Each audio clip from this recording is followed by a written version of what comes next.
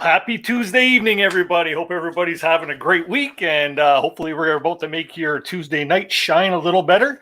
My name is Dennis. This is Canoe Outdoor Adventure Show, and I'd like to thank everybody old and new for tuning into the show tonight. If you're new to the channel, I appreciate you popping in. Obviously, you're here for a reason, and that's to meet tonight's guest.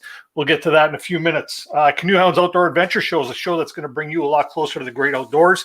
And essentially, it's a show that brings you YouTube personalities and outdoor personalities and hot topics related to the outdoors that you enjoy.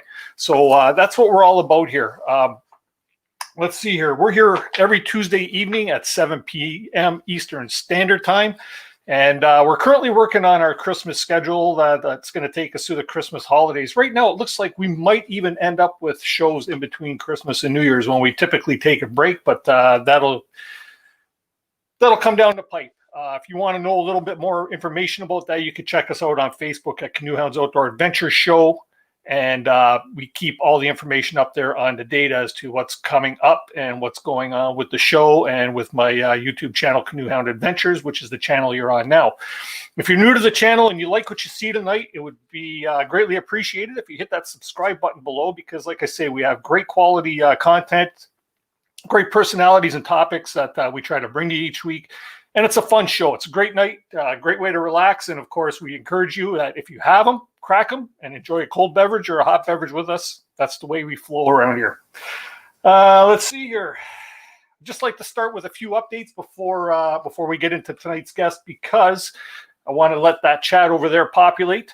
If it's your first time to the show, and like I say, hit that subscribe button down there. But by all means, tonight's participation is greatly appreciated. I want you all, if you have any questions for Jim tonight or myself, please do participate and put a question in the chat on the left-hand side there. Just put the word question in capital letters before the question. That way there, it makes it easier for me, a one-man show over here, to identify that question so we can get it up on screen.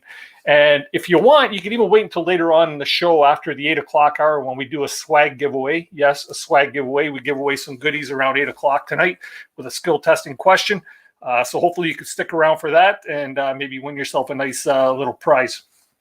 But yeah, if you want to participate tonight, you may have the opportunity to come up on screen here and actually talk to Jim or myself, whatever, straight up here on screen. That's cool stuff. Last week, we had a great show. For those of you that tuned in and those of you that may have missed it, we had a great panel on with Kevin Callan, Martin Pine, Nate Muskoka, and John Van Berger. We all discussed winter camping, the things that you need to know, the show went into overtime. Usually the shows typically end around 9 o'clock.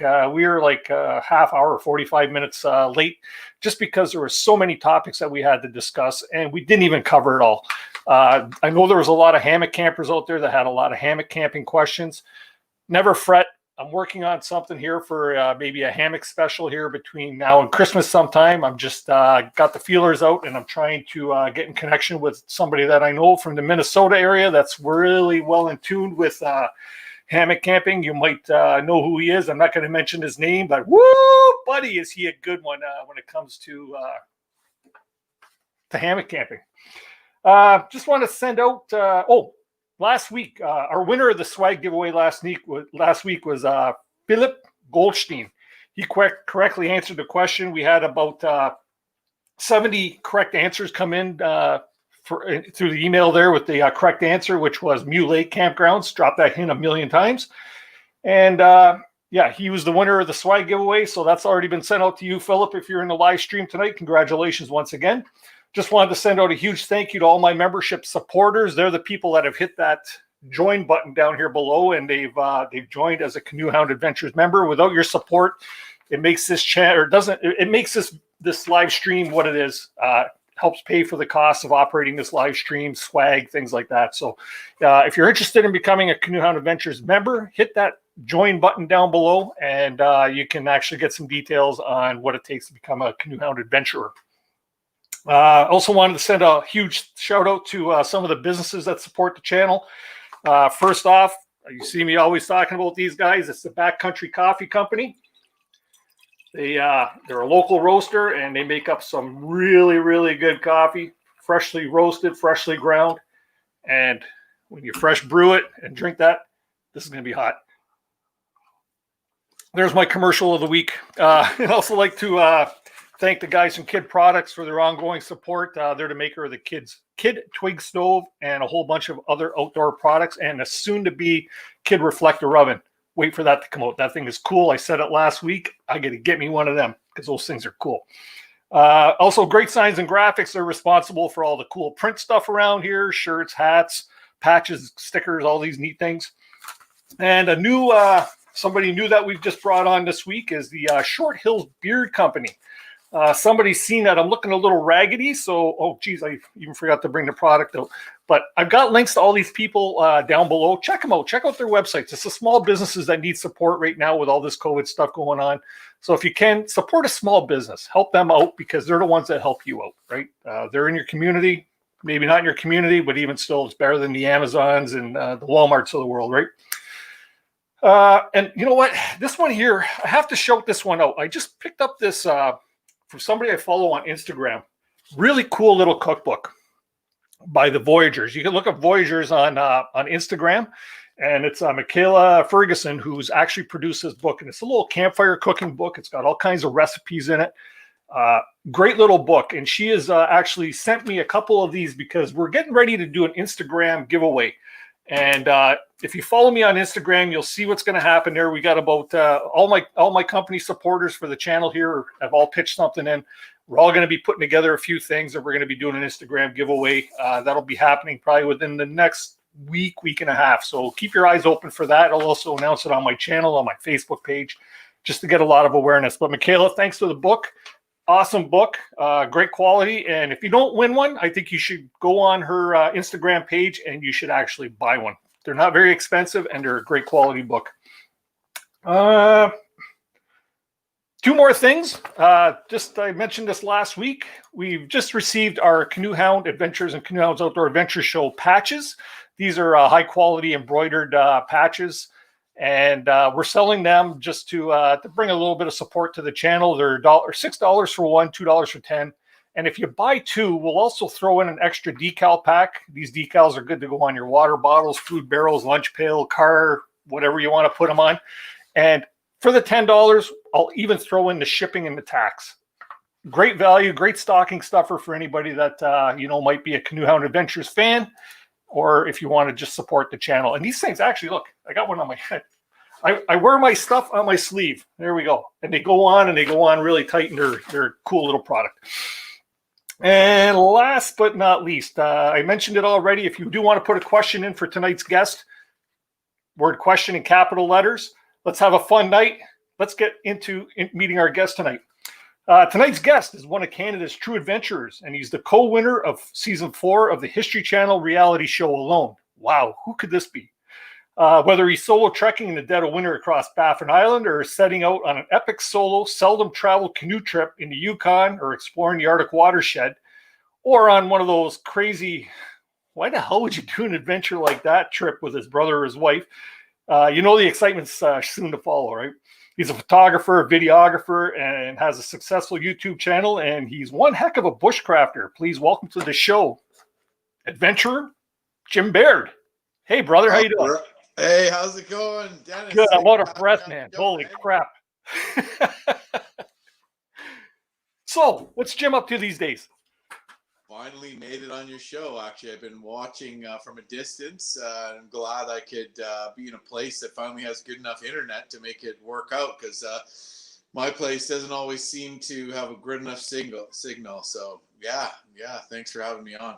And thanks to our good friend Nate there for hooking you up with his internet. I hope he cooked you up a dinner or something. I know he cooked Tori a lasagna or something when she was on the show.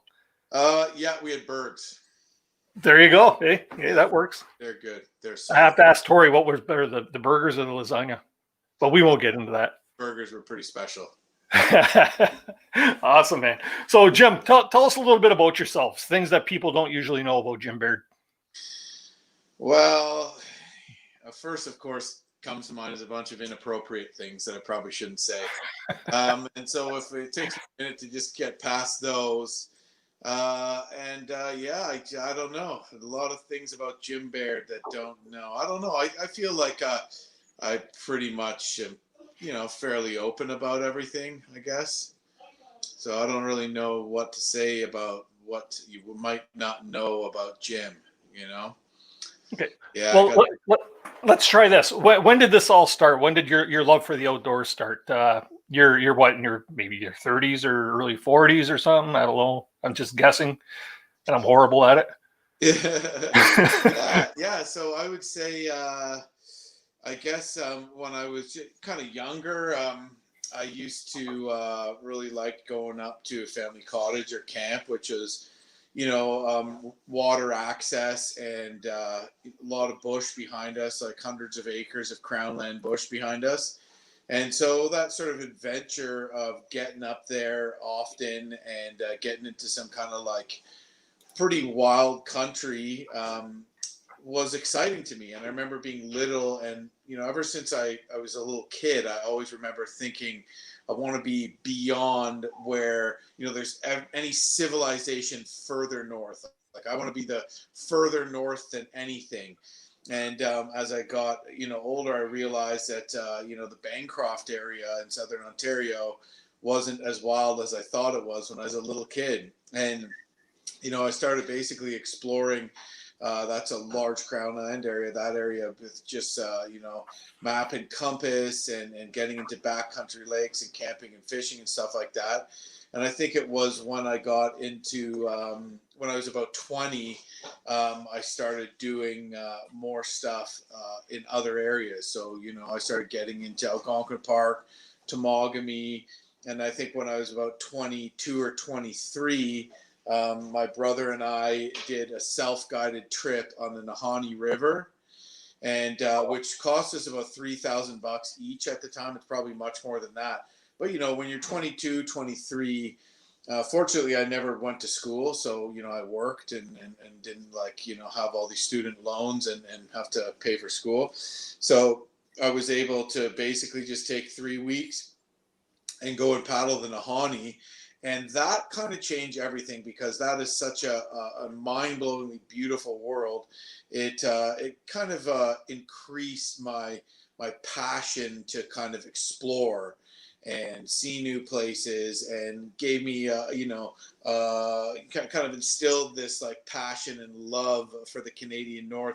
I mean, when I was little, I used to read Jack London, or my mom read me my Huckleberry Finn, or the Further Adventures of Huckleberry Finn. I read Farley Mote, Never Cry Wolf. I did a project on Farley Mote when I was in grade school, and so read about the North and all that there.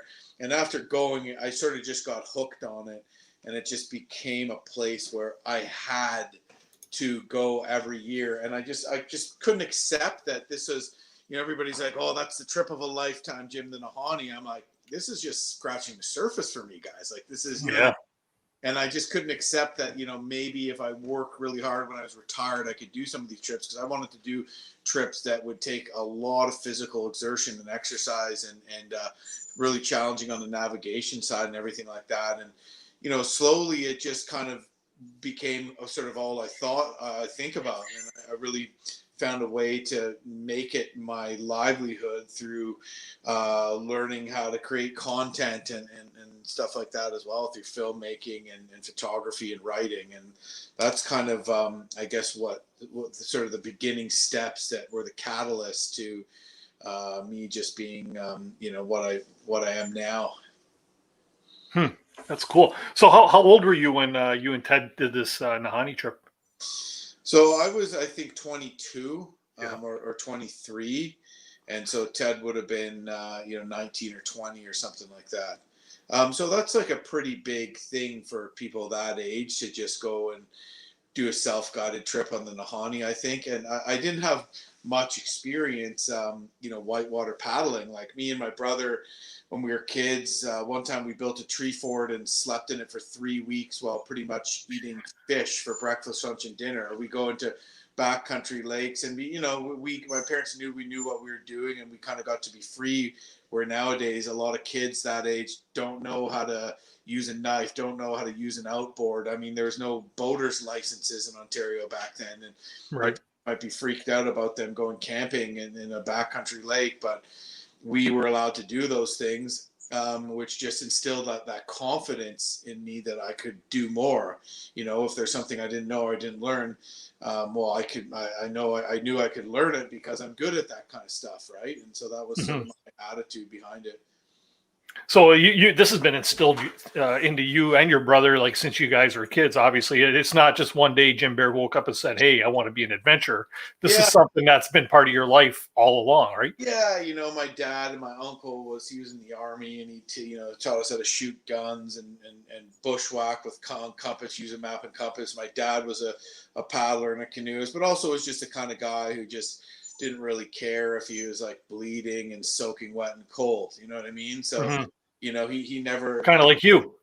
Right. Well, I don't ever remember my dad once calling me a wuss or telling me I should do this or I should do that. He just did it himself, and that's just by example. He never was like, oh, you need to get tougher. You're too cold or something like that. He never said anything like that to me. He was supportive, but he just went out there and I remember one time he fell through the ice, and he when we were trying to break a channel open to get our boats out when the water had frozen over and we were doing some work up north, and he just fell off the boat, fell through the ice. It was a steel boat. We were trying to smash the channel out, and he just grabbed himself, hauled himself back on the boat, and just continued smashing through the ice with this 9.9 Merc. And I think we had one prop and trashed the lower end by the time we were through it all. But he just didn't care. He just got back up and kept moving, kept smashing the ice. And I was sitting there cold, and just stuff like that, and those experiences that you have at a young age. I remember when we did that, they pulled me out of school, and my teacher couldn't believe that I was getting pulled out of school to bushwhack up to this remote camp and get a steel boat and smash out a channel so then we could get another boat out and these things. But, it gave me a hell of a lot more education than what I ever learned in her class that day. And and that's sort of become kind of the education that has given me sort of the drive for what I do now. And my mom was kind of also on the a huge kind of nature lover. Like my dad always believed the real laws are the laws of nature kind of thing is what he used to tell me. My mom was pretty tough. I mean, I remember one time driving, I think it was December 3rd, and the lake, it had been a cold year, but it was so windy, the lake never froze up. And we were traveling in huge white caps, and it was -10 out. And every freaking wave we hit would splash over the boat and turn to ice in the air. If it didn't turn to ice in the air, it'd land us and freeze instantly. And we were just coated in freaking ice, bombing across this lake in these huge white caps with ice cold spray at -10. So she didn't maybe do so much of the backcountry camping as my dad, but she was kind of stuff like that she enjoyed. And she also was just this huge nature lover person, right? Looking at, she's an artist too, and just looking at the sky, looking at the trees, looking at that sunset. And that's always something she kind of commented on to us, looking at the beauty of each and every animal, each and every insect, things that people think are gross. She always saw the beauty in that and would kind of relate that to us and try to teach us about it. And so that was, something that came from her side too. And so, those things and a few other things, my uncle, my mom's cousins, my uncle was a serious outdoorsman. So my mom's cousin, serious outdoorsman, into hunting, into all kinds of hard making bows, you name it. I personally made freaking bows that were pretty dangerous, since you're too young shouldn't be able to use something like that. You know what I mean? Yeah. So that was kind of where it all came from, I guess.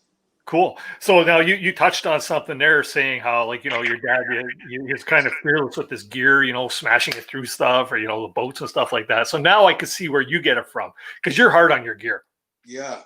Well, yeah. So you really, if anybody wanted to test gear, this is the guy to give it to, because he doesn't treat it gently. You're right. Well, that time they didn't really have a choice too, right? So, I mean, you could have put a cage over top of the propeller for when you're dealing ice like that.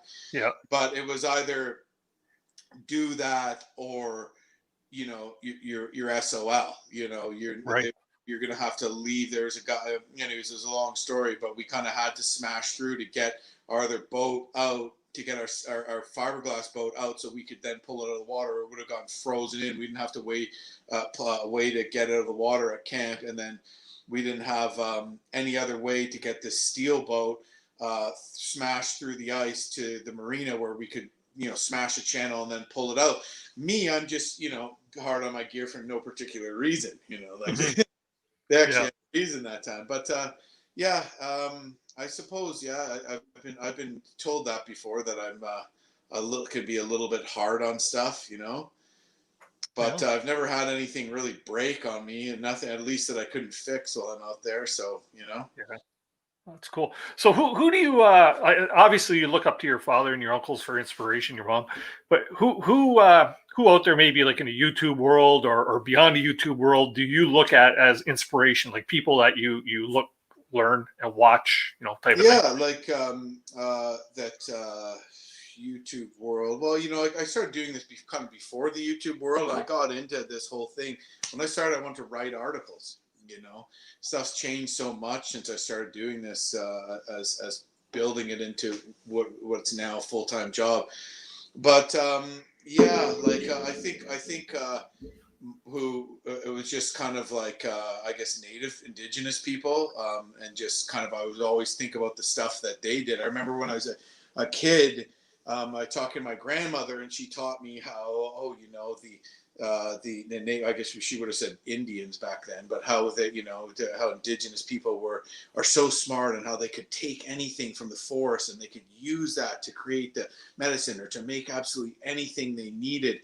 And so I always thought that was interesting, sort of like that kind of understanding how to create anything you need from the woods out of natural materials. And so they were sort of that kind of history of Native peoples in the areas that I was living in, that I was now in. I was traveling and imagining what people had done, finding these old fireplaces on lakes that had never been flooded, and realizing those fireplaces were probably been there for hundreds of years. And, Yeah. and so thinking about those old stories and those old things is definitely, I think, originally kind of what kind of inspired me to travel by canoe or on foot, you know what I mean? Which I still have an ATV or snowmobile and stuff like that, but I like to do my big trips in that sort of traditional way. And also, even in this day and age, there's places a canoe that can take you, that the canoe can take you, that other things can't, like in the backcountry. In the front country, I often will use a motorboat to fish.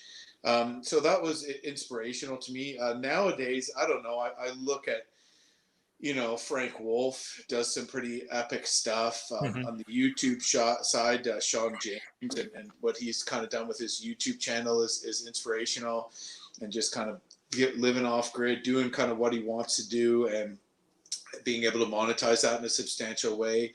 Mike Horn is a epic adventurer that he does, not really a paddler, but he'll never, I'll never ever be able to catch up to the kind of stuff that he's doing. And he's like, he's like, could crush me, and he's like easily in his 50s. Who else? But it's not a race, right? Yeah. Well, like, I'm just saying, yeah. Yeah. Who else? Anybody that's just getting out there and getting her done. That some people that I follow on Instagram, I see guys getting out there and slamming brook trout through the ice and camping out and hot tenting. All those little pictures, all the little articles I read, all the little micro things that get me fired up for the next day. And it's funny, sometimes the other day I started reading, I think, like No Man's River by Farley Mowat, and I also started reading this book called Champlain Stream, which is like a thick, like it's like double the thickness of a Pierre Burton book. There's a lot of like $10 words in there. I think I read about the first, not even the first chapter, about Samuel de Champlain, and I put the book down and planned like an epic freaking expedition, just because I Hmm. was so inspired by Champlain and what he did. It's just like so incredible what a badass this dude was, right? Yeah. Yeah, and the same one for some of the books I read about First Peoples, indigenous people, and the kind of routes they traveled and how they would do it. Absolutely just fascinating, and I just want to get out there and just freaking experience it, man.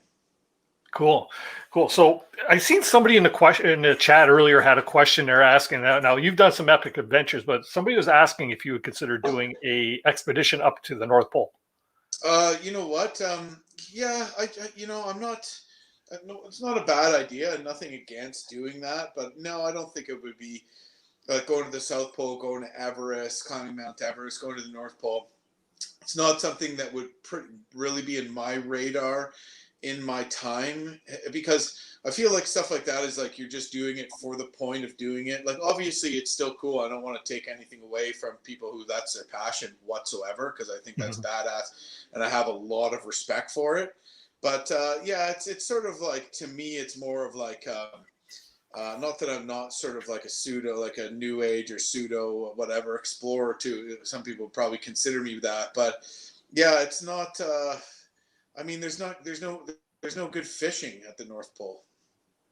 Yeah. You know, like I like to go places where you can, Or you need a really long auger, right?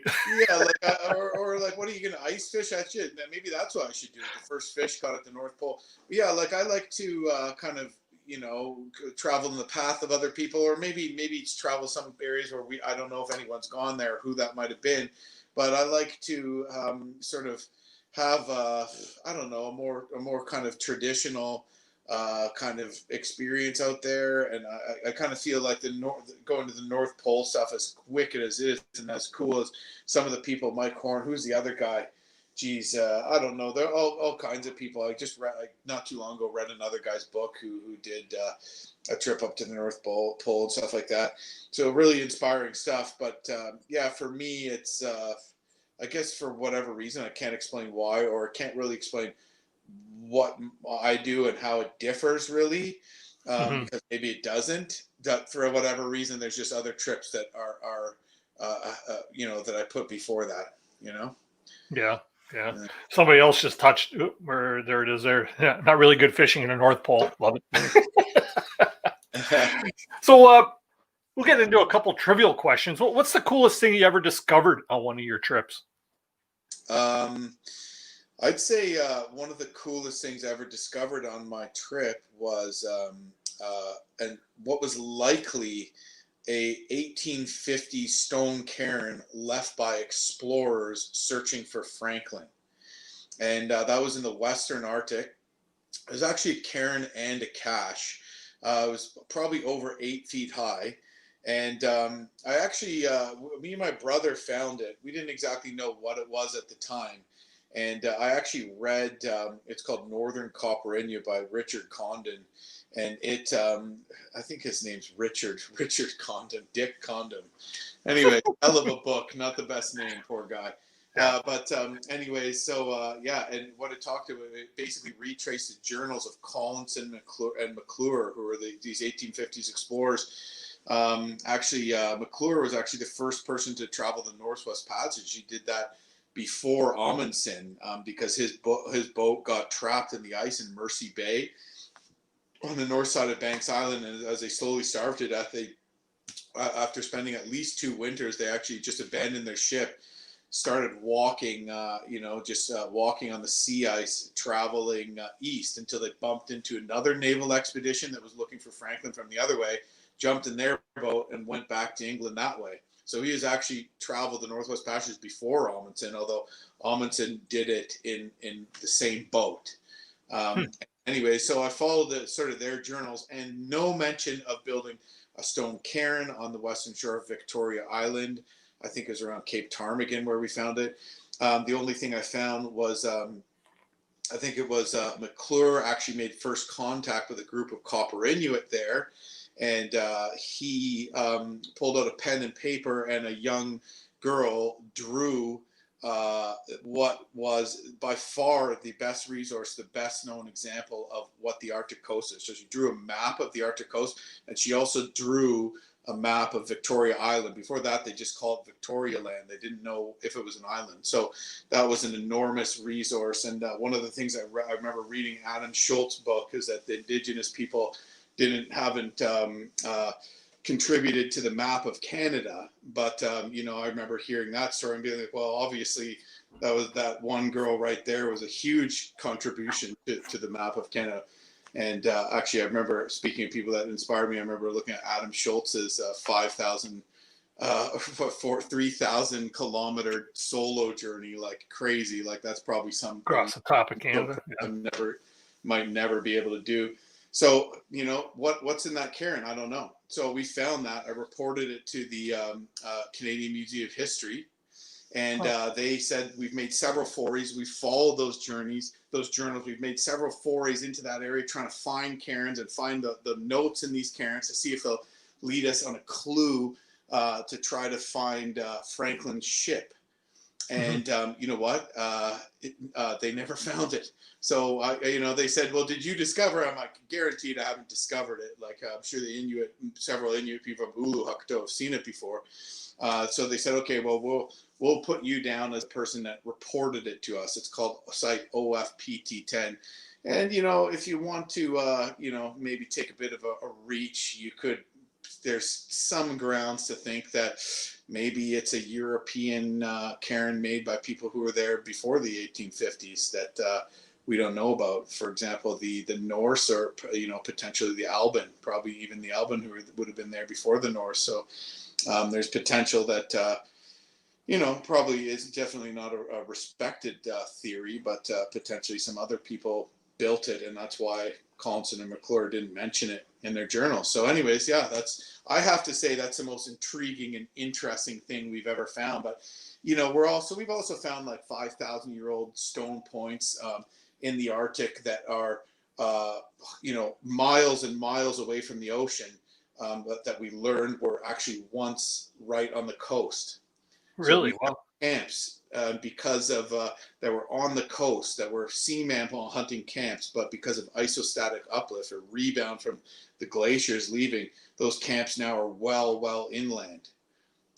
You know, so just that are that old, right? Because the grounds come up after the glaciers retreated and it's rebounded.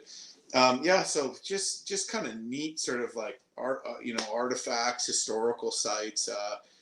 Plenty of that kind of stuff. I could actually talk about it for quite some time because I have all these other neat stories that are coming to me right now.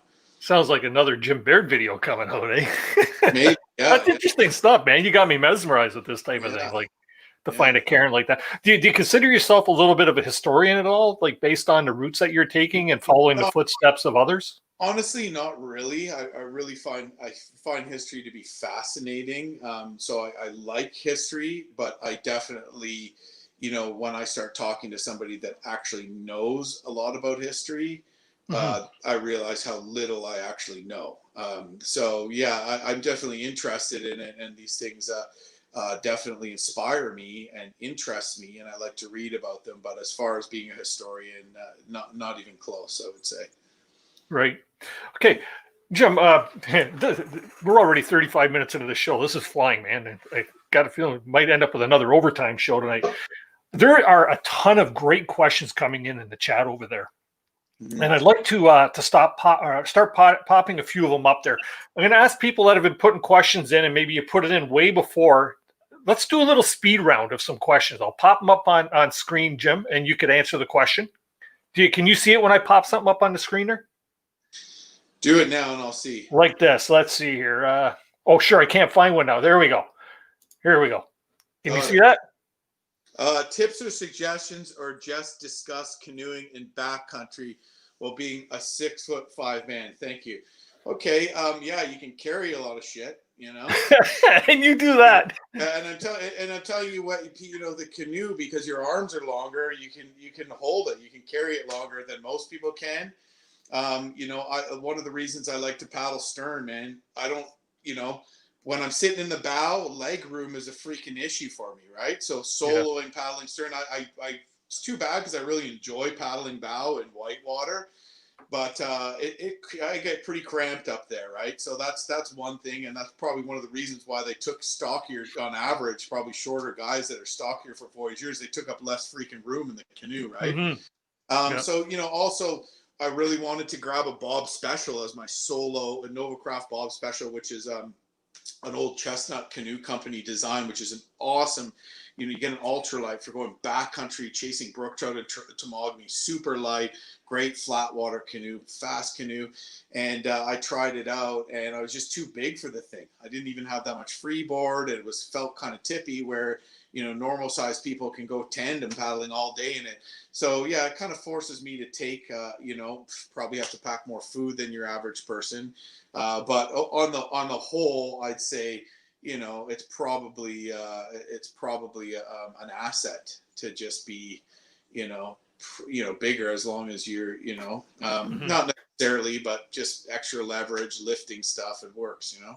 Yeah. Any So for plans John for and Aaron here, any plans on return to the East Puckaswa? If so, would you bring an axe again? How's the hand doing? Tell the people how the hand is doing after that. Yeah. So, it's funny. You should mention that, man, because I was just thinking about that today, because I was thinking like, maybe we just do the regular branch of the puck again, right? Or do the dog or something, right? Like, God, do we really want to go back there and do it? Because the part of the reason was the fishing wasn't as good as we were thinking.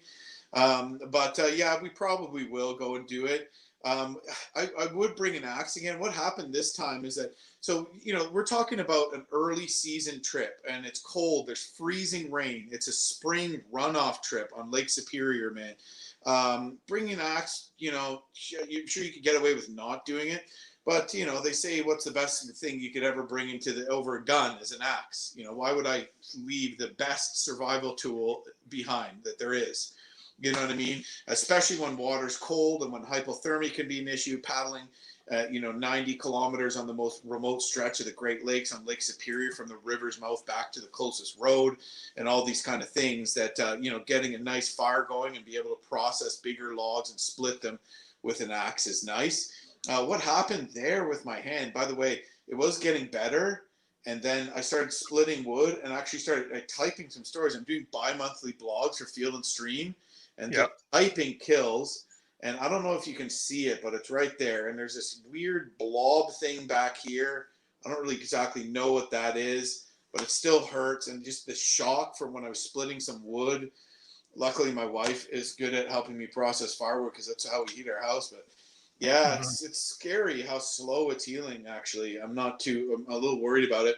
But I took this Husqvarna axe, which is a great axe for the price too. But it just has this kind of little sheath that pops over and clips down. The handle doesn't slide through the sheath. And that sheath, it was leather, and it was so wet that it just slipped off in the portage. And what happened was I rested my left hand down on a ledge, and I was carrying another bag on top of my food barrel like this. And I rested my left hand down on a ledge, and I pushed that bag off just to take a break, to lighten up some weight. And somehow I had the axe strapped to the outside of the bag, and somehow the freaking the sheath had popped off, and at the same time it got twisted like this on a right angle. And with all the weight of the bag, it just came down, boom, with all the weight of this big bag behind it, bam, right into my hand. Luckily, it wasn't dull, but it wasn't sharp. You don't need a sharp axe. A lot of people like a razor sharp axe, which is great for some things, but when you're splitting wood, it's actually better to have a dull axe. Like a maul is not sharp, right? A sharp axe is more dangerous. It gets stuck in all the time. So I wasn't particularly trying to bring a sharp one, but man, it was like this, when it first opened. Yeah, I see Like, that. I You could scared just the shit out of me. see all the tendons, all the cut tendons in there. It was pretty scary. So we had to bail. And somebody that I talked to afterwards said, Jim, you could have called in a helicopter evac. I don't know. They wouldn't have been able to land. I would have to hang on to a rope with my good hand to chop it out of there. But technically I could have. And they said, I said, well, wouldn't that just be like calling the ambulance? And they said, no, anything that's potentially life altering is worth it. You don't have to pay for it. You pay the same price for an ambulance coming to your house, which is $60, as long as it's legit. And they told me that would have been more than legit, that I could have called in a heli evac, which I didn't do. So, so the hand's still sore, freak accident, but, new axe, always going to make sure I have a better sheath, always going to make sure my axe is stowed better. And 16 years of doing like hardcore wilderness backcountry trips, I guess stuff happens, and it's just kind of a freak accident. I just write it up as that. It's scary to know how something that is a freak accident like that could potentially have been a career ender for you, or not, maybe not a career ender, but it would have certainly life altering, like you said, right? That Yeah. when I seen how bad that was, man, it scared the crap out of me. Like Well, when I put the little picture of it on YouTube, so that photo was actually taken at the hospital, the doctor or the medical center in Wawa, Mhm. and what happened was it was already sealed because me and Ted had already sealed it up, and the doctor had to open it to look to see how badly cut the tendons were. So he Mhm. had to pry it open. So it had already firmed up a bit, and that's what I was saying. Like there, on the picture, it was just kind of spread open like that a bit. But when it actually happened, the skin was loose around it, and it was Yeah. like this wide. You know what I mean? Wow. Yeah. So Scary stuff. Well, good to see you're on the road to recovery, but you know what? It could have been a heck of a lot worse, right? At least you still have motion with your hand, and that's yeah, the good thing well, here. yeah. I mean, it could have come down on a more sensitive part of your body, for example. Yeah. Nick Villu is asking hunting tips on canoe trips. Do you have any? Yeah, like sometimes the hunting seasons don't overlap canoe trips, but sometimes they do if you go a little bit later in the season. Yeah. Sorry, I'm just trying to uh, you know uh, text Nate here to bring me a beer. Anyways, Tell him to bring me one too. can you do that? Lake of Bays, right here. Where's technology, for I Christ's sake? know. No beaming beers, no laser guns, God.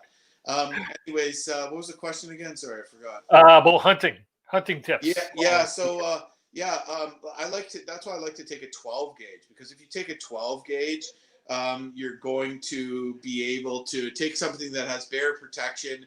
You're also going to be able to take something where you can. It's more versatile because you can carry. You could bear protection slugs. Then you could get your heavy game load for partridge, rabbit, and then you could also bring, some BB spring, get some non-toxic BB for goose, right? You can usually get small game in any province or territory across Canada. And you can usually get a waterfowl license. A waterfowl license is federal license, and waterfowl is a great thing to hunt from a canoe. Also, 6 geese is like as much meat as a small deer. And Canada geese, most geese have really good limits on them. So if you can, you're in a canoe, you're on the water. There's waterfowl there. If you see some geese, or some ducks, you can sneak up behind a point, hunt them from the canoe, and roast them over the fire. A few different cool ways. I have a video on spit roasting a goose over the fire. Of another a video where I show the Cree method for doing, which is called Sakabon, which is where you string it up, spin it up, and roast it beside the fire, which is an awesome way to do it. And just good way to get some fresh meat. Try kind of living off the land a little bit more, and also be able to carry less if you have your skills enough, and rely on getting some wild meat, so you can make it further and carry less food. And you just feel like so cool when you're out there just living off the land to an extent. I'm not condoning just going out there and trying to live off the land, and every moron runs out there and starves, or just killing everything. But I'm telling you, it's a pretty cool experience to be able to provide some food for yourself like that when you're out in the wilderness, just like they did in the old times. And then those kind of stories definitely inspire me. So I don't know. I hope that's a good little tip. I thought these were supposed to be fast answers. Sorry. But I That's hope okay. that's some good tips. But I like No, that we're question. rolling along good. Like I said, I'd like to take a few questions there. I got a question that I had I had a whole list of quick questions, but I'd rather take them from the chat. But I did have one, and because this one kind of touches on me. I'm a dog lover. Is there you see another dog in your future?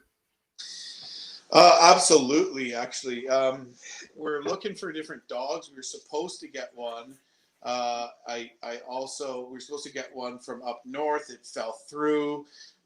This guy, Adrian Peterson, who's in the band Midnight Shine. You should check him out. They're a band from Attawapiskat. Adrian Peterson, I know him because he also writes for Outdoor Canada, and he has these wicked-ass Malamute Huskies that have St. Bernard in them. I was supposed to go up and get one, but the dog never got pregnant, so, you know, what are you going to do? A couple other possibilities kind of fell through. If anybody out there knows of a good, we're looking for something with some Malamute, Husky Malamute mix in it. No Chihuahua. Anybody has some pups, anybody that knows a place to get a dog from, shoot me a note. Gosh. So I had the opportunity. I actually met Buck at the... I'm still on coffee. I have to break out the bourbon soon, but I had the opportunity to meet you and Buck at the Winter Camping Symposium in Kitchener-Waterloo last year. Yeah. Great presentation, by the way. Anybody that hasn't seen Jim's presentation on his Baffin Island expedition across there and all the weather and stuff. But I had the opportunity to meet Buck there. What a great dog. What a great dog he was. So you're outside doing an interview with the boys from Paddling Adventures Radio, and Buck was just wandering around inside the clubhouse there after the after party, and he actually come over, and because I was eating cheesies out of the bowl, he come over and kept me company for a while. So I got to babysit Buck for a while. You didn't probably know that, but yeah. What's your best Buck story? Best Buck story. Okay. Oh man, I don't know. That's a tough one. There's a few different good Buck stories. I mean, he was amazing when you did your expedition across. Yeah, I guess one that was pretty cool was when I was in Ungava. I crossed. So me and Buck in 2016. Before, by the way, I went on a loan. I decided I was going to do a 36-day solo expedition across Arctic Quebec from the Hudson Strait to the Hudson's Bay. And it's just me and Buck. And Buck, we were pushing. It was late in the season. The ground was the snow was kind of melting, and the hilltops were having all these exposed rocks and boulders. And I had to make it to Hudson's Bay in order to meet my snowmobile pickup, which was about 20K south of Akulavik. And Buck's sled kept getting held up in the snow. And I had to keep dropping everything and going back to him and trying to unhook his sled. But then a lot of the time when I get back to him, he'd just get out naturally. So I'd get back to him and he'd just pull out, like, because he's happy to see me. And I'd be like, He was playing you. Yeah, I was going crazy. So I ended up, I'm just using a compass, and I realized that there's these two massive, probably 250 to 300 foot ridges, steep ridges to go up and over and down and up and over and down before, basically cross rivers before I get to this. And I was running at a light. And so finally I just put my head down and I beast up this really steep ridge. And I thought, well, that's it. I'm gonna have to be traveling at dark. I don't know if I'm gonna find my pickup point. I don't, I might miss my pickup the next morning. But at this point, I had, I think, a cup of protein powder left. Was all the food I had left. Buck had nothing. We just ate in our last breakfast that morning, the two of us. And and so I thought, that's it. We're not gonna make it for the pickup. And I dropped myself and I turned around, prepared to walk all the way back down to the bottom of the first ridge to where Buck was probably stuck. And as I started coming down the hill, I just saw his head pop up over the incline. And I realized that he had made it, and he'd followed my track, and he'd made it and dragged through all these boulder fields and around all kinds of things where sled did tip up an incline like this for, 250 feet or whatever. To meet up with me, and it was just mind-blowing. It's hard to explain. It was impressive, and because of that, we made it there on time before it was dark, and it was really cool. We got there right at dusk to Hudson Bay and made camp, and the next morning I woke up and realized I was in an old Inuit campsite. I was camped at the same spot. I said, this looks like a good place to camp. And the snow was just melting, and I woke up and there's low brush Arctic cranberries all around, and I was surrounded by old stone tent rings, an old stone cache, old stone hearse. I found an old little piece of burnt sled there with some nails in it, so it couldn't have been that old. But yeah, I basically ended up making camp in the middle of an old Inuit campsite without even realizing it until I woke up in the middle of it. Where do these trips come to you? Like what? Jim wakes up one morning, he goes, "Yeah, I think I gotta cross the Arctic to." Well, where I do these explained ideas come from? like when I was reading that the No Man's River by Farley Mowat, and I Yeah, was I know Farley Mowat. You got to take some of his stuff with a grain of salt. For sure. But some of the stories he tells about the migration patterns of like the Chipewayans or the Ilhamuit, or these people are 100% factually accurate. And so those things inspire me. Like I said, Samuel de Champlain inspires me. So some of his stories. And so, yeah, a lot of it is just dreaming up routes on maps. I own aeronautical charts of the entire country. It was a $350 purchase. And I just spread them out and I just stare at them. And, I scroll on mytopo.com. I just scroll different, online topographic maps of Canada, and just think up routes, think up different places I like to see, different place names that inspire you. You know how when you listen to a song and they mention some cool place name and you get goosebumps? mm-hmm. Place names like that in the north do that to me from just reading them on a map. You know what I mean? Yeah. Yeah. That's awesome, man. Okay, so where are we here? We're 5 minutes to 8 o'clock, so we're getting close to giveaway time. I'm going to throw my pen at myself. Anyways, don't need that. Gonna go. I'll throw you about 5 or 6 or 7 really quick questions. I'd like to talk a bit about Alone, obviously. I'm sure some people would like to hear a bit more about that. Right from the horse's mouth, pretty much to say. Let's see here. Where are we? Where's my questions? Here they are. These will be the shorty answers, okay? Because I've been seeing them in the chat quite a bit. First off, favorite adventure that you've been on? Favorite adventure that I've been on, man, that's a toss-up. But probably the hardest trip I've ever done is my favorite one, and that was when we did the Adlatok via the DuPont and George. So we drove into Labrador, we took a train to Shefferville, jumped into the DuPont, crossed over the Haida land, about 30 kilometers north of the confluence between the DuPont and George, went up the George River, all the way up in elevation through connecting lakes and streams to the Haida land, the Quebec-Labrador border, got on the Adlatok in its absolute infancy, traveled that to the Labrador Sea, and then followed the coast to Hopedale. And then, so that was just freaking beyond epic. We lived off freaking trout and wild goose, and just navigated the whole thing by compass through crazy experiences.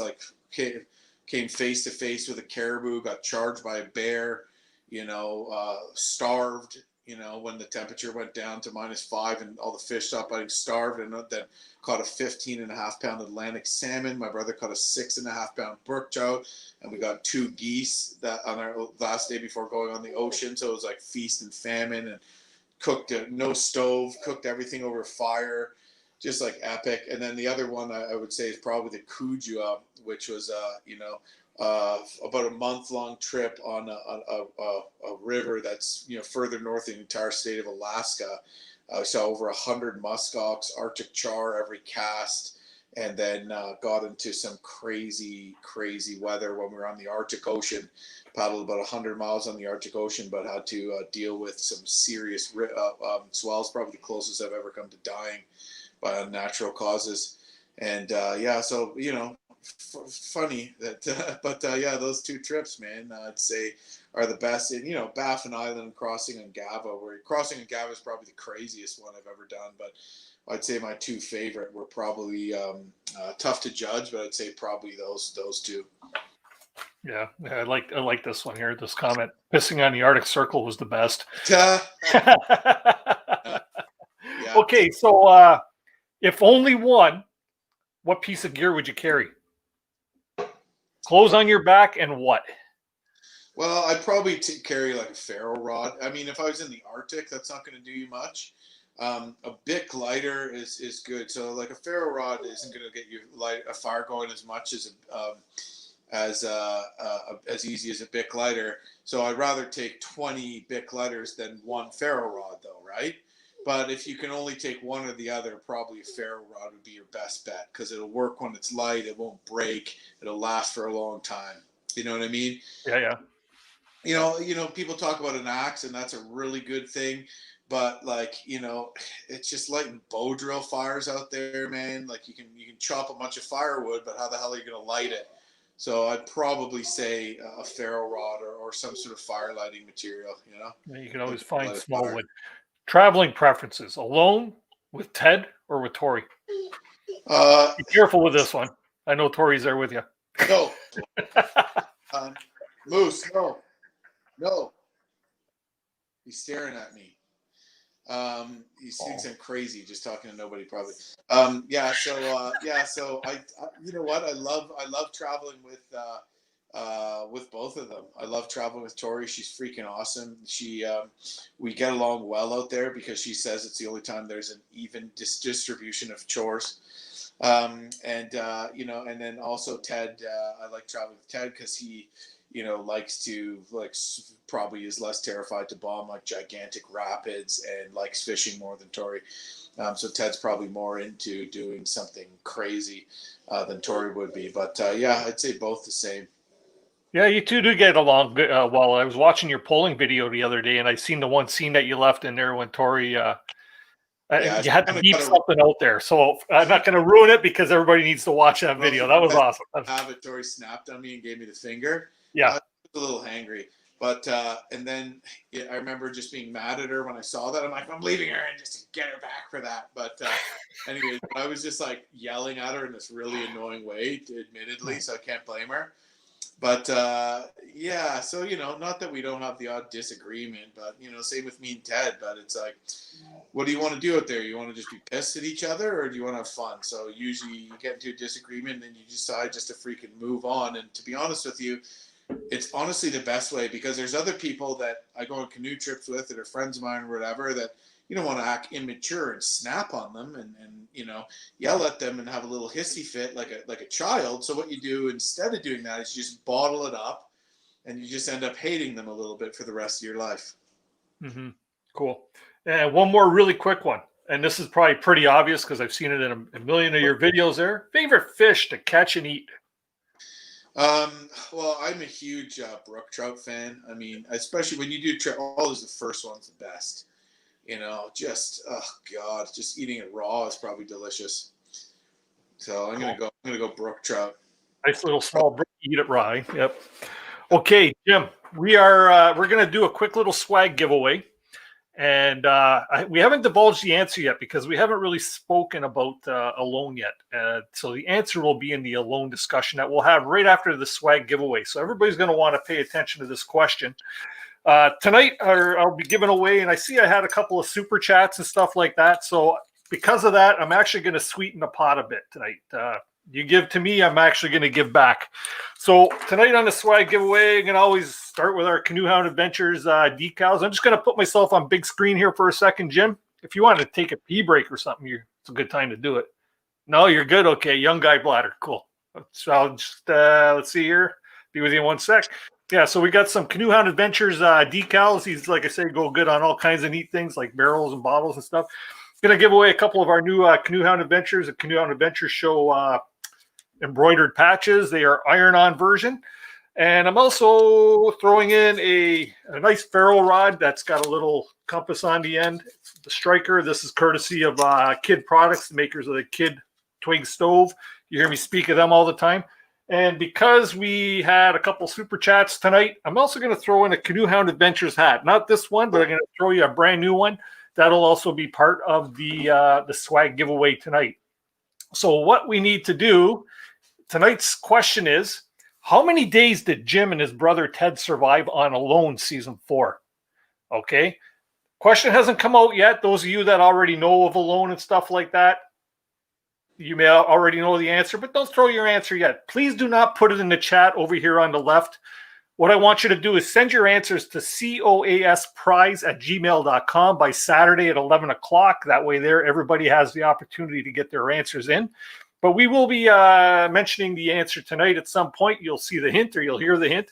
How many days did Jim and his brothers survive on alone? Send your answer to coasprize@gmail.com. I'll leave that on the screen here for a minute, and I'm going to bring our guest back tonight after the stream. Hey, welcome back. There we go. Okay, so a lot of people were asking the question. Hey, obviously, how am I doing? Sorry, Tori just poked her head in the room. Does Tori want to pop in and say hi? Tori, pop in and say hi, hon. Can I? Yeah, do it. Is that weird? Yeah, of course you can. You got to remember from the show, this is all laid back. Oh. How you doing, hon? Hello. Good to see you. There's Tori. She was told me actually to not make any lewd jokes before the show. Can you believe that? That would be a concern for some reason. I like the promo video that you put out before the show here, and you could hear Tori in the background coaching you. Say this, say that. Thank Good God. job, Tori. I would have totally blown it if it wasn't for her. Tori might like this one question that I had here on my speed questions. It was, when are you going to buy Tori a lightweight canoe? Actually, some interesting things have transpired because of that. Go check out Tori's Instagram account. Tori Goes Outside, and you'll see what's up with that because she might be getting a ultralight canoe in the near future. Because you are an ambassador for, go ahead, throw your plug in. Novacraft. Yes, awesome. Congratulations. That's great. Thank you. That's great. Anyways, I don't want to crash your show. You're doing wonderful. Thanks, honey. Thanks. Good to see you, Tori. You too. You got Wesley with you tonight too, obviously? Yeah. Hi, Wesley, if you could hear me, bud. Well, a pack of wolves is rearing him right now as well. We're hanging out with Nate, but he's close enough. Awesome. Good stuff. All right, man. So let's get into Alone. You and your brother Ted. Ted was on the show last year, and we talked a bit about it, as did Tori and I a couple of weeks ago when she was on the show. You had some great success out there. Tell us about the run. Obviously, you lost a lot of weight, and you were probably hungry as hell when you got home. Yeah. So that was that capped off about 5 months that I spent living in, traveling through, surviving, camping, whatever, in remote areas of the Canadian wilderness in a 12-month period. Ted and I, should I move over, Jim? Ted said. Over. Am I over here? Oh, move over. He's probably talking about Tori being the Novacraft ambassador. Yeah. Anyway, so so we literally spent. I'd spent 5 months that year just like doing hardcore stuff, like crossing Gava Peninsula. So am I allowed to say how many days I was on Alone for now? Well, yeah. You know, how long did you guys survive out there? So we survived for 75 days out there. Probably I don't know how much longer we could have gone for, but we were the last people standing. So the way the show works is once there's 2 people left, when the second last person taps out, they come in and tell you that you won. And we had to film the entire thing ourselves, for those of you that don't know. So there's no camera crew out there. And we just basically had to scrape whatever we can off the bottom of a rock. That basically, it was really challenging. It kind of brings into perspective a lot of the things that you think about survival, that you think about nature, and the realities of them. Like one of the things is that you can get dropped off in a survival area, like where we were. You're hungry from the moment you go out there. It's almost like a shipwreck scenario. And a lot of people think they can do this and they can do that and they can do the other thing. But when it comes down to it, there's only so many calories in your area. You're too exhausted, or the bush is too dense and too undulating, and you're too starving already to actually travel anywhere far. You have a decent spot where you are.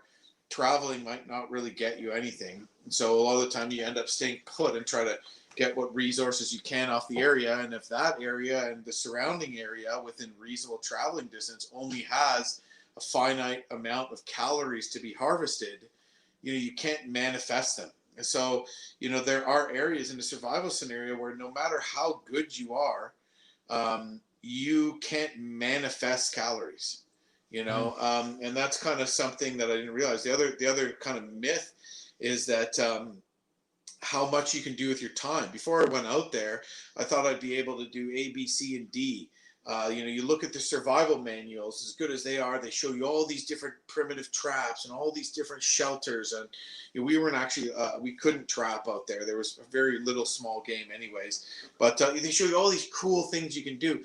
And when you get out there, you realize that just getting enough food to feel semi-normal, preparing it, cutting wood and cleaning it and cooking it every day is a massive job. By the time you're done that, you have about 2 hours at the end of every day to work on a project that's going to better your situation, like building a better shelter or building a boat or something like that, right? And so basically, the long and short of it, something that you can do. Then this was a big eye opener for me. Something that you can do in your garage and bang off in say 3 days would take you about 3 weeks to do when you're in a survival situation. The only other option, if there's game around, would be literally to eat whatever rations you have and focus entirely on hunting a big game animal. If you didn't get one in 3 weeks, you probably would lose. If you're on alone, you probably end up losing because you have no more energy left. But if you did get one, that would have your energy to give you the other things you need to do to build a good shelter and to stay on to probably win the show. And that, if I was going to go on the show again, that depending on where it was at, that might be my strategy. Because it kind of makes a lot of sense depending on where. But crazy experience, man. One of the things that we talk about how much we love nature as paddlers and stuff, and we do. But let me tell you, when you go out into nature and you don't have any food, and you got to wonder, okay, where did all this food I get come from? I talk about how much I love nature. And how we don't like encroachment of society and development. But when all your food comes from society and development and infrastructures, how much are you really enjoying nature? How much can you really say that, oh, I don't like the destruction of nature, when that's where all your sustenance comes from? You know what I mean? And that was kind of an eye opener to me, is like, I love nature and I love being in the outdoors, but when I'm out there starving, it doesn't always look as beautiful to me as when I have a full stomach. And that kind of gave me a more of a connection to it in a way that I can see it as a place, like not just this beautiful thing that I enter with a full food barrel full of food that I bought at a grocery store, but something I am more connected with in a way that I can live with it as an animal and get my food from it and potentially be hunted myself. I don't know if that makes any sense, but Yeah, it kind of does. Just really quick here. I forgot to mention this during the swag giveaway. I'm popping the link into the chat, and I'm going to drop one there right now. If anybody wants to come on panel and ask Jim a question or two, we'll take about 5, 6, 7 people, depending on how long it goes into the show. The only thing I ask is when you go to set up your StreamYard link, that you shut off the volume on your YouTube feed so that we do not get feedback into the live stream. So I see somebody just popped into the bottom there. I'll have you up on screen in a bit. When you do pop into the bottom there, just give me a few minutes, because I'm going to give everybody their fair share of time here with Jim. But like I say, please just shut off your YouTube volume. Listen on StreamYard. That'd be the best way to do that. Really quick question here. Somebody was asking Jim, was on the show, what was worse, the constant rain or the constant mosquitoes and black flies? I'd say probably constant rain, because mosquitoes and black flies usually die off at night. And even in Labrador, where they're terrible, by the time it gets cool at night, they die off. However, when it's a nice day in Labrador, for example, or a lot of places, the black flies come out in droves. And when it's crappy and raining, the flies aren't as bad. So it's like almost like you can't even win. But I'd say I'll take mosquitoes and black flies over rain, although there is that balancing point. If there's no wind and it's a perfect day, you're going to get killed. And if it's so rainy and miserable all the time, you're just not going to have fun. So there's a balance. Right. Cool. Okay. I see we got somebody in the down in the basement here, lost in the wilderness. Are you all ready, bud? And let me change the screen proportion. And you'll want to turn on your microphone. Okay. There we go. Welcome to the stream. How you doing tonight? I'm doing pretty good. How are you guys doing? Great. You got a question for Jim? Yeah. So, your last video, you were fly fishing, and you were actually kind enough to respond to one of my comments. Just out of curiosity, if you had any place you could choose to fly fish next, where would it be? If I had any, sorry, I couldn't hear you so good. If I had any place to fly fish next, where would it be? Yeah. Newfoundland, man. If I want, because now I got this herd on for going for more Atlantics, so I want to go hammer some Atlantics, but also, like Pacific species are probably a little easier to fly fish for, eh? Because they don't really feed like either like Atlantic do, but they're more, what I understand is more aggressive. So wouldn't it be awesome to catch like a Chinook or something like that? But the thing that I like about Atlantics is that usually Quebec, Labrador, Newfoundland, the law is you could only catch them fly fishing. So legally, it's the only way you can do it, and that's a good enough reason to start fly fishing as any.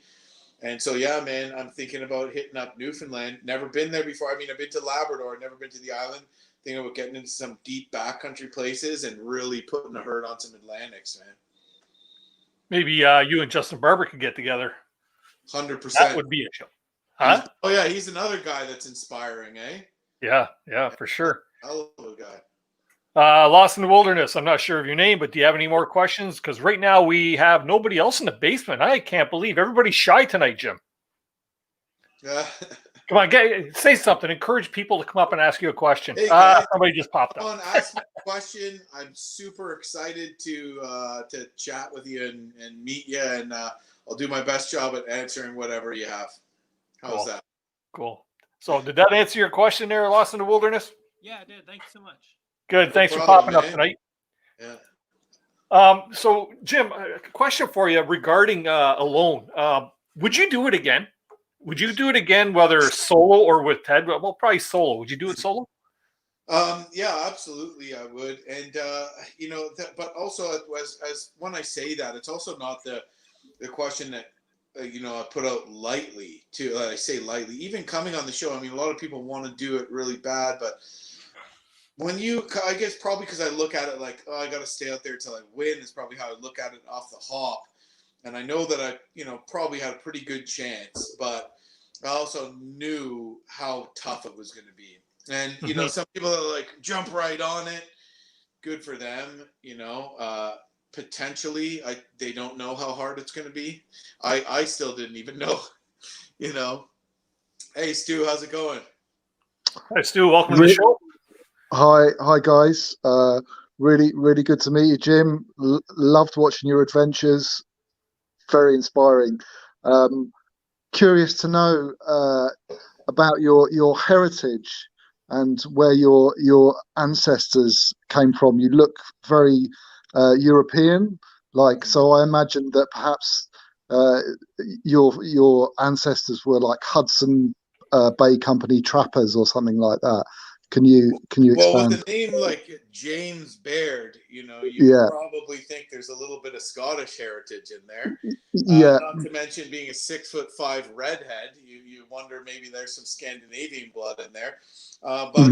So my family moved to Canada 1830s around there. My dad's side, which is basically when they built the first steamships.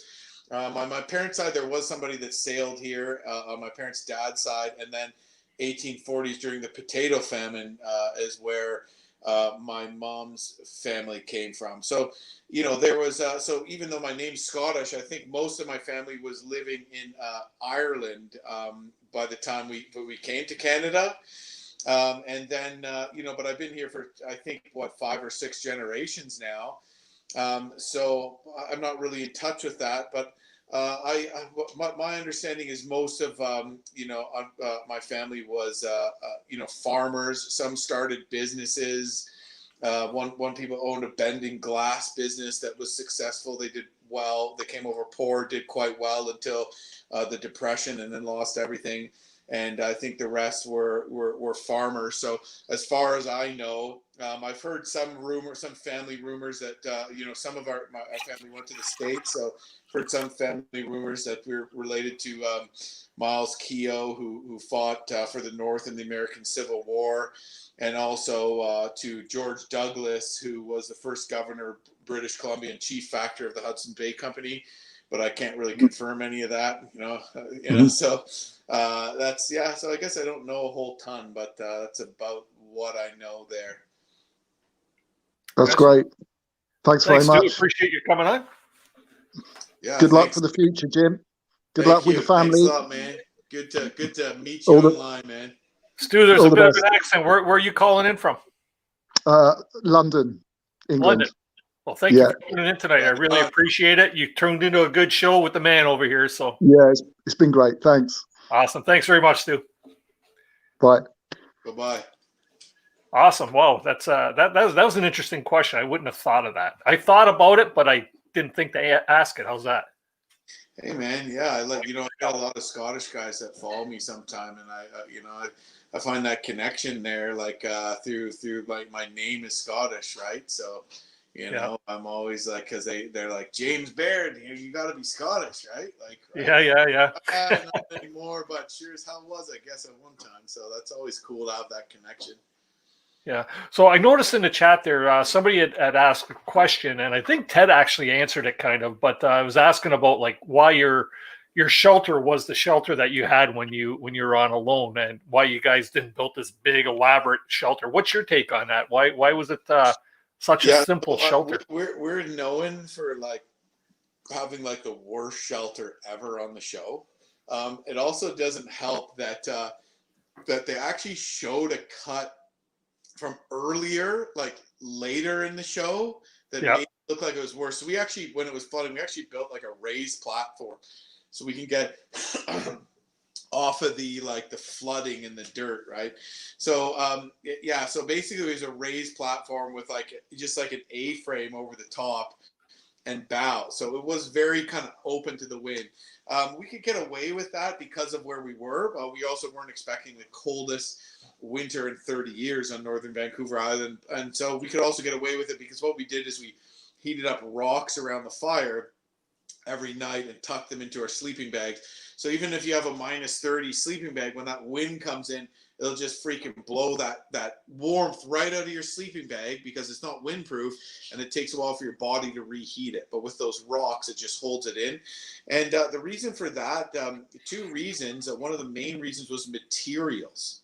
And we're looking at, so in the show, they might have showed cutaways to pans of a bunch of smaller trees, but all those a lot of the beauty shots, they have a film crew in a totally different area, like not a total, but somewhere else on Vancouver Island, maybe 20 kilometers, 30 kilometers away, taking beauty shots. And they just edit that into our really shaky kind of Blair Witch Project footage. So it kind of gave the appearance that there might have been these materials around our site, but there really weren't. So we had these 1,000-year-old trees, 1,000-year-old hemlocks and cedars and stuff. And to find trees that were big enough to cut down and build a shelter with was very, very challenging. So we'd literally have to walk over super dense, undulating ground, dense salal bushes, 50 meters this way. And most of the trees were hemlock, which are one of the heaviest softwood trees ever. Chop that down, drag that back, 25 meters this way, chop that down, drag that back, 100 meters this way, chop that down, drag that back. Just to build our raised bed platform took 24 trees. So that's 24 dragging 24. And then on top of that, now you're spending all this energy building your shelter. How much energy do you have left to get food? You know what I mean? If we're not cold, why would we want to spend time building a shelter to look cooler for the show that we could have spent getting food if we're not suffering from the cold? You know what I mean? So in the end, it was the fact that we were exhausted and tired, and we wanted to spend our time getting food, and because we didn't have the materials. Hey, Marty, how's it going? Hey, Marty, how you doing, buddy? Thanks. Hey, good to be back. There. Yeah, good to see you. I had a question. I have a question for Jim. I don't know if it'll be interesting to others, but I'm a bit of a nerd, so Who cares about everyone else? I was wondering what kind of medical advice did they give you going out there? I've been practicing fasting for years. Like I'll go 5, 7 days, no water, just food. And one of the things that I've learned over the years is the reintroduction of food over time. You know, the longer you fast, the more precise you have to be with that, and the more careful you got to be with this. What kind of medical advice they give you? You know, they send you out there. You might not eat for a while, or when you come back, you've lost all that weight. You've been fasting for 50 days. Do they coach you with that, or? Yeah, so that's a really good question, man. So they first of all, this guy Ray Zahib, if you check him out, he's an ultra marathon runner, and I was just talking with him the other day, and he was also saying how he does like ultra marathons through the Arctic. He did the Baffin Island crossing route that I did in like 5 days, where it took me 18 just running. He did have some closer support for emergencies and stuff like that. But like, yeah, so, and he has basically trained his body to not need water, where if that was me, I'd get like terrible cramps in the back of my thighs at night, and it'd be, you know what I mean? But he's trained his body. I didn't even know. Did Jim freeze up on us? What's that? Jim's still alive for me. I don't know for you. Okay, I'm frozen up. Oh, it froze. Can you hear me? How's No, I'm good. You're good. Carry on. So, so coming off of that, there's refeeding syndrome. Doctors don't really understand it because, you know, we're lucky enough in our society that we don't have to. But the only thing they have is people that are anorexic and extreme alcoholics. And so those are the only things. So your vitamin Bs, your B12s like niacin or whatever, super important. And also not establishing carbs, not establishing sugars. These things are very important. And that's part of the thing most people don't understand. Oh, Jim, what was the first meal you ate when you got out there? First meal I wanted to eat was freaking ribs and pancakes with Reese's Pieces in them. Forget about that, man. As soon as you get out, the suffering still continues because you can't eat nothing, man. So like they're telling now they've learned more. So now on these seasons with the new contestants, they're teaching more because I had refeeding issues. I had iritis. I felt like I was hungover for like 2 months, like a headache. And then you can imagine when I was over on top of that, you know, how bad that must have been. Joint pains. I got my blood tested, some liver issues, nothing major. So I had definitely refeeding issues from that. And so, yeah, those supplements from malnourishment were important. They've gotten better at teaching that to people nowadays. And I think Dave Holder, one of the guys that works on the show and that's a survival expert kind of consultant for the show, is actually learning a lot about it and writing a book about that. So if you flip me a note or flip me an email, I can send you his book when it comes out, because it sounds like it might be right up your alley. Yeah, well, that might be interesting. It's because the first time I did my first 5 days, I feasted coming out of it. And I felt so off for like a day and a half, and I found out how dangerous it was later on. And so imagine that for 75 days. Well, that's why. Yeah, and then the whole protein poisoning thing, man, it's like shockingly real, right? Because you know you're sitting there and you're like, I'm eating like 1,000 limpets, and these things have protein, but there's no fat, there's no carbs, and literally your body cannot digest protein without fat. So we'd sit there and we'd stuff ourselves, and we'd feel full, we'd feel uncomfortable, and we'd feel full, but we'd still feel hungry. And so it's like rabbit starvation, or like mal de caribou is the French Canadian colloquialism. And it's like no matter how much you eat, without fat, you know, you can't digest protein. And that's why, you know, what I've learned from some like northern hunters and that, and even like, for example, the James Bay Cree, you know, if they go out and they hunt waterfowl and they get a few and there's no fat, they'll just stop, they'll pack the hunt in. No, wait a couple weeks, we'll go back for when they're fatter. Because traditionally they kind of hunted for fat as much as they hunted for meat, you know? Yeah, well, even when you see the sustenance hunter up in northern Alaska, you see them eat the fat right out of the moose raw, right? They just need it so much, And hey, thanks for... Oh, sorry, go on. I was going to say, even a moose, that's the other thing, the other misconception. If you just get a moose, I know this year, from what I hear, the moose up there were really fatty. But like if you just get a moose and you think you're going to survive the whole winter, it's probably not going to be enough fat. You know, you might still get protein poisoning just with one moose, you know? Crazy. Yeah. Hey, thanks for answering, Jim. Trapping beaver, super important, you know? Geese, bear has a lot of fat. So these animals, a beaver would have been more important, I think, than we realize, eh? Yeah, because other than animal fats, there's really nothing out there for oils and fats to get, right? Mm-hmm. Except if you live on the coast and you can get seals. Yeah, for sure. Yeah. Mm-hmm. Shoot. Yeah, but anyways, interesting. A lot of those. That's an interesting question because it's one I think a lot of people don't really think of and don't really realize, but it's a huge factor. Yeah, for sure, because that impeded your life for months after you said. Totally. I didn't know it was going to take that long, but that makes sense, man. It's not easy to starve yourself. And also how fast it starts to affect you. You know, like we're so used to eating, we take for granted how long it actually takes to get that food that's, you know, in our fridge, and we just go eat it. When you're trying to go hunt and gather that food, we totally take for granted how much work and how much energy it takes, and we take for granted how much food we need all the time to be normal. You can't just go 5 days without eating, hammer a freaking Big Mac combo, and then be back like you were 5 days ago, and then repeat that for 20 days, and you know, you things start to go pretty sour. Did you find that you have like a, you know, let's say 3-day fast, like you're still really like, because for me, like when I fast for a certain amount of time, like by the time I get to day 2, like I get really zoned in. I can really focus at a different level, which is some of the interesting fact. Like out when you're surviving and you're not doing this in the comfort of your house, is there a timeline where like the fast is like, okay, this is a really neat place to be, but then after that it sucks? Do you have like a timeline? Yeah, I would, you know, I think every situation is different. So when I did my season, I had to do a hike to meet my brother. It was 17 kilometers, and it took me 8 days. That's how hard the train was. Bushwhack on a couple of train. When I got out and when I had food and when I had a trail, I did 160 kilometers in 8 days, right?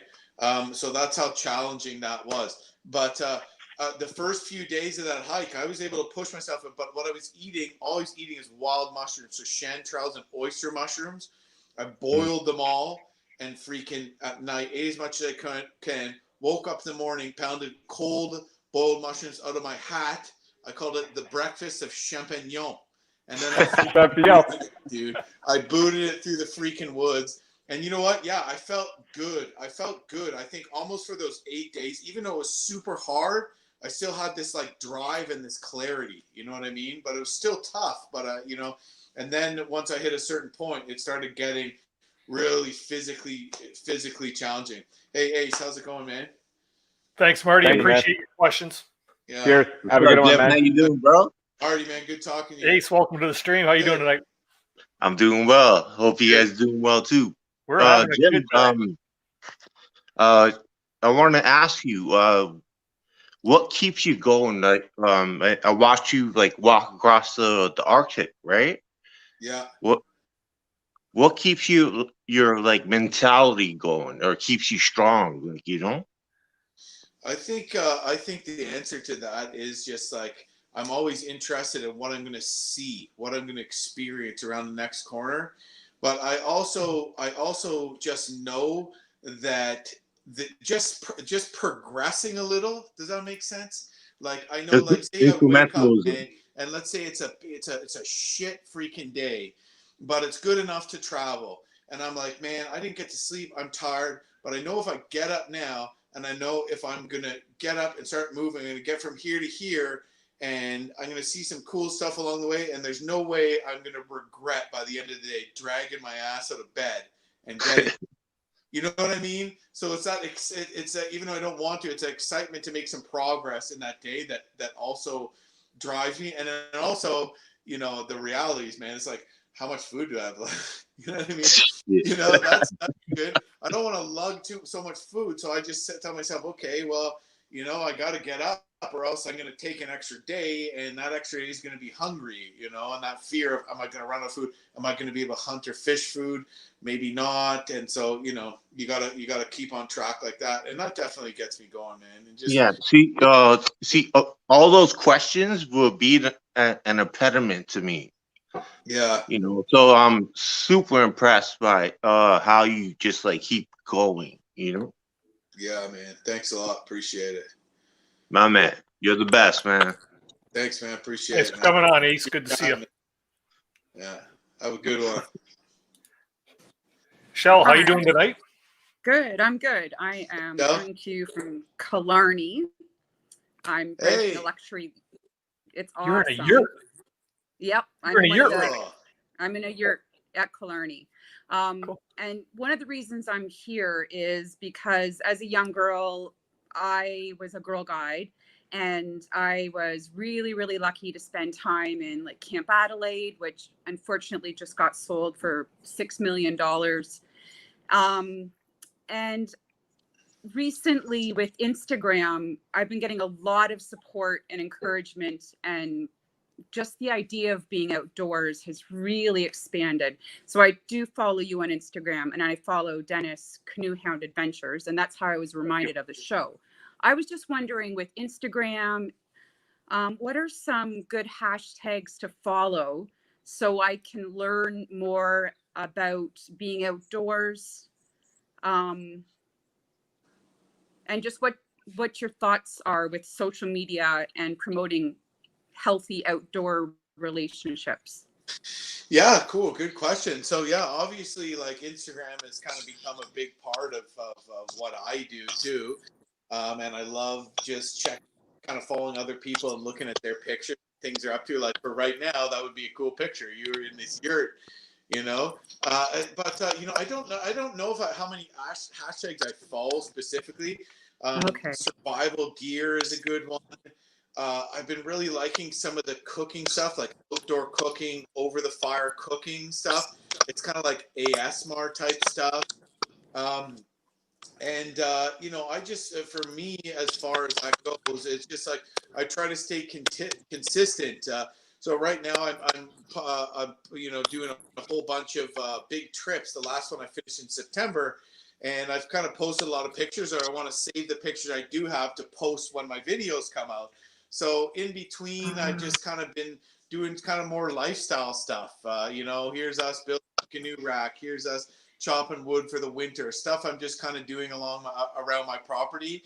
And I think sometimes the issue is being able to get content up there consistently. And I think people underestimate just their ability to take a nice picture on a day-to-day basis, walk maybe somewhere that's not the Northwest Territories, but that's a beautiful site, an interesting tree or something, and write an interesting caption. I think that caption is underlooked a lot. I think that it's pretty neat to have just a little write-up. Let's just see, I don't know where you're from, but let's say you're from Ottawa or something like that, and you're in Gatineau Park. Well, there might be a tree in Gatineau Park that's a hemlock tree that's 600 years old. Well, did you know this hemlock tree is probably 600 years old, and that hemlock trees outlive red and white pine trees? Just little things that you can find anywhere to keep that content flowing. And as far as hashtags go, I'm as guilty probably as anyone. I kind of just look at some people that I enjoy following and click on a few of their hashtags. And if I like what I see, I'll kind of just steal those and put a bunch on mine, and also maybe follow a few of those and see what people are up to. Outdoorsman, opt outside, life the trail, woodsman, canoeing's one I follow. I don't know if that helps at all, but maybe it does. Yeah, thanks. Yeah, just words of things that really interest you, right? And to help build a community of like-minded people as well. Yeah, I think so too. Absolutely. I think that's one of the neat parts about it for sure. I've never wanted to meet friends from social media because I wasn't on it for a long time. And now here I am hanging out at Muskoka Nate's place. Nate Muskoka is letting me do this whole thing because he has better internet than me. The guy that I met through somebody else that went off Instagram and turns out to be way better than most of my high school friends, So just kidding. Love you guys. None of them are watching. Let's be serious.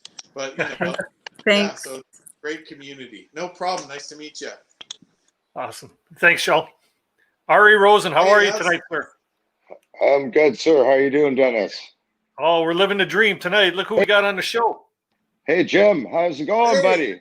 did you know I bet Yeah, you knew I was on already. Cheers, man. Good to see you. yeah. No, cheers. I got my drink here. Yeah, cheers, buddy. Right on. Mm, Right on. Good excuse to drink on a Tuesday. Dennis is just yeah, drinking but coffee. no, I Uh, drank on every day that ends in Y, man. Every day ends in Y. No wonder we get along. Okay, you know what? I want to congratulate you on the win for Alone, and also being so friggin' humble on how powerful you are in this like industry of what you do, and like OMFG. Like you got like mass skills, brother, and you've like the adventurer. You are the adventurer. I want to Man. congratulate you on that, man. And you're so humble. Like you, Thanks, dude. but Hey, yo, you know Alone's on Hulu now, eh? My season. So if anybody that wants to watch it, you can watch season 4 of Alone is on Hulu. It's going to be on Netflix soon. But yeah, man, I think part of the thing is that I don't know much, man. Like I know stuff, but like I just read a book called I'm not actually. It sounds like I read so many books. I don't actually read that many, but this one by Horace Gowdy called Trails to Remember. This guy is like every year he was doing a canoe trip, traveling 500 miles upriver when he was like 18 to like solo trap alone in Labrador. Most of the real experts are gone, but I look at other people that are doing stuff, and there's so much more to learn, so much more knowledge to learn. yeah, yes, but Jim, did they ever grab a map and then just go for it and then hit this beaver pond that wasn't there and just kept going anyways? Yeah, probably Like not. Actually, no, but you what's see, funny? Or but what's funny is people that one of people the will last be groups that talking did that. about you. People will talk about what you did, and it might be like a full pond in 5 years from now, and then it might be a dried up bed again. But Oh, you're the guaranteed. man. Like you did it, man. Oh You yeah. kept us on it. You kept I was us gonna on say edge too. one of the other groups turned back. I think they made it past there, and they tried to get into a different headwater than me, and it was so packed full of alders that they just said F this, and they just bailed and came back through the beaver meadow and back all the way to Detour, and they just bailed on the That's whole thing. yeah, that's the worst when you got to backtrack. Like when you keep going, that's where the adventure really starts. So, the one my, nice thing about what Backtrack Jim does too the is Canoe the Trail. fact that he's doing adventures that most of us only dream of doing, right? So that keeps us intrigued to watch more and more of Jim's content, right, on the channel. This Arctic watershed one that you're doing right now is like, most people, like you say, would have turned back when they totally lost the trail, Well, or when I they're knew walking I knew through a what I was bog 10 getting miles, into. right? Totally, but I knew, I knew what I was going to be getting into. Yeah. Like I read the trip report. Bob Olajos did that same route. I think he's one of like 2 groups to do it, not counting the one that turned back in like the last 15 years. And his trip report is terrifying. It starts with the word disclaimer. It's on Canadian Canoe Routes, myccr.com, North French River. Disclaimer. yeah. That's the first word in the freaking write-up. You know what I mean? And he does it for a reason, because he's writing like a guidebook where he wants to scare people off that are inexperienced. But at the same time, it's once you get to the river, it's going to be better, more terrifying because of the rapids, but less like horrific slogging. You know what I mean? And like, yeah, it was tough to navigate. It's hard, and the beaver swamp is never ending and all this kind of stuff. But these things, I just take them. And it's like, I think part of the thing, you get those fears in your mind, like, oh, I'm never going to get through this. This is going to be impossible. But if you're like, oh, just keep going and we'll get there eventually. You know what I mean? I end up freaking I don't want to ruin the surprise, I guess, because I'm running the series right now. But I end up finishing the trip exactly when I thought to. When I was halfway through that beaver swamp, I was thinking, oh, God, I'm never going to be finished on this time. I'm going to be eating hemlock needles by the end of this trip if it keeps up like this. But, it's just, some days are easier than others, and you just give her and you get there, right? Right. Hey, I've got a question for you. I've watched like pretty much every video that you do, and some of them you're allowed to take the gun, and sometimes it's just the bear spray, and then sometimes you don't even have it like packed right. How do you like manage those like fears when you're out there and like you know stuff doesn't work and da, da, da. How do you stay sane and then film and like encounter polar bears, grizzly bears, or like not encounter, but like how do you keep your mind set? How do you Yeah, do that, Jay? it's probably because I'm still alive, you know, and I haven't been eaten by a bear yet. You know what I mean? Like once you're out there for like an accumulation of like 2 years and you haven't been eaten by a bear, you're like, nah, it's probably not going to happen. You know what I mean? Like, I mean, then again, I did say, you know, like I have this, you know what I mean? Got injury and that Yeah. one in 15 years. But like, for example, Baffin Island, because part of my route was going through a national park, I could, and also because I had to get a film permit because I was supposed to be doing it for a magazine who never picked it up. Because I had a film permit, I also couldn't get a permit to transport a firearm through the national park during polar bear season. So my only other option would have been to hire a native polar bear guide to follow me on a snowmobile with a gun, like chain smoking, like right beside me on a snowmobile. Like it's going to ruin the whole point of my trip. So I had to just go out there. Yeah. And you know, like, yeah, you know, like, I mean, it's the same way. I remember I hadn't been on an airplane for a long time until I was maybe about, you know, freaking maybe 20 years. I hadn't been on for ages. And I was thinking like, oh man, you know, these wings look pretty small. What's that clunking noise? What's this? Am I going to crash? Am I going to crash? And I remember thinking like, well, you know what? If I'm going to die, I'm going to die. And it's just my time. And then I leaned back and I went to sleep. You know what I mean? And that's good, you know? So I guess like, you know, that like, I mean, how dangerous is driving down the freaking highway, right? You know, like Bill Mason used to say that. He's like, you're more likely to die on your way to the put-in for a whitewater trip than you are on your whitewater trip, right? So I don't know, man. Just be smart, and, you know, do the best you can. I live in Toronto and I'm a high-rise carpenter, so my risks for living are quite high. Yeah. Hey, Awesome. look, it's Uncle Kev. Yeah. Thanks for popping on, Ari. Appreciate it. Right. You guys take care. Take care, Ari. Thanks Nice much. seeing you. Good seeing you again. Yeah, you too, man. Thanks for coming in. Kevin. But before anything, okay, everybody in the chat over there, open up your little emoji thing at the bottom, you know, where all your emojis, happy faces and stuff, and throw like 1,000 birthday cakes in there for Mr. Kevin Callan, who celebrated his 75th birthday this week. Yeah. Those should be Grandpa Kev. Yeah, go to hell. Go to hell. Happy birthday, Kevin. Happy birthday, Don't friend. call you Uncle Kev. Yeah, go to hell. But you are quite avuncular. You are quite nice to the younger generation that's trying to paddle, that's trying to promote paddling, which you were to me originally. Now you're a bit of a meanie pants to me, but originally you were very avuncular and nice, and I really appreciate that. You know, I've always been a big meanie pants. Like, what was the whole what's worse?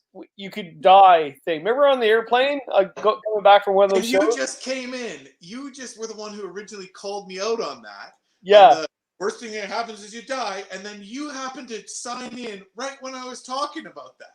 Yeah. And also, you had like I had two questions for you. One was basically after Alone, what was your lifestyle like? I mean, because I remember being on the airplane with you, and we're traveling show to show to show, and you were going all over the place, and you had literally a grocery bag full of clothes, hopefully a pair of underwear. And was that your lifestyle before, after, or during Alone? Yeah, so that time actually got pretty crazy because when we were on the plane, we were coming back from Canoecopia, but I also got this branded content assignment to go film a video series for Off that Field and Stream was going to run. And the only way I could link those two things together if I just slapped it all together in a mad scramble. But then between those two occasions, I got like really, really drunk at a airport bar with this guy who's an he's an Osage Sioux, but he's also a UFC fighter. And so I ended up staying in touch with this guy and watching his fights. And we ended up getting hammered at this airport bar, and I ended up blowing it and not being able to get my shit together. And I just ended up scrambling and turning around and flying to Madison at like last minute with like a freaking grocery store bag, and I still had like animal blood on my pants. And yeah, I didn't even have a change of clothes. Like, it was a gong show, dude. But No, I got it all great. done. Like, I got it done, man. You know. It was great. Oh yeah, I remember that moment. I got home and wrote my journal. Like, you're the real deal, man. I really highly respect because what you're doing was just riding the wave.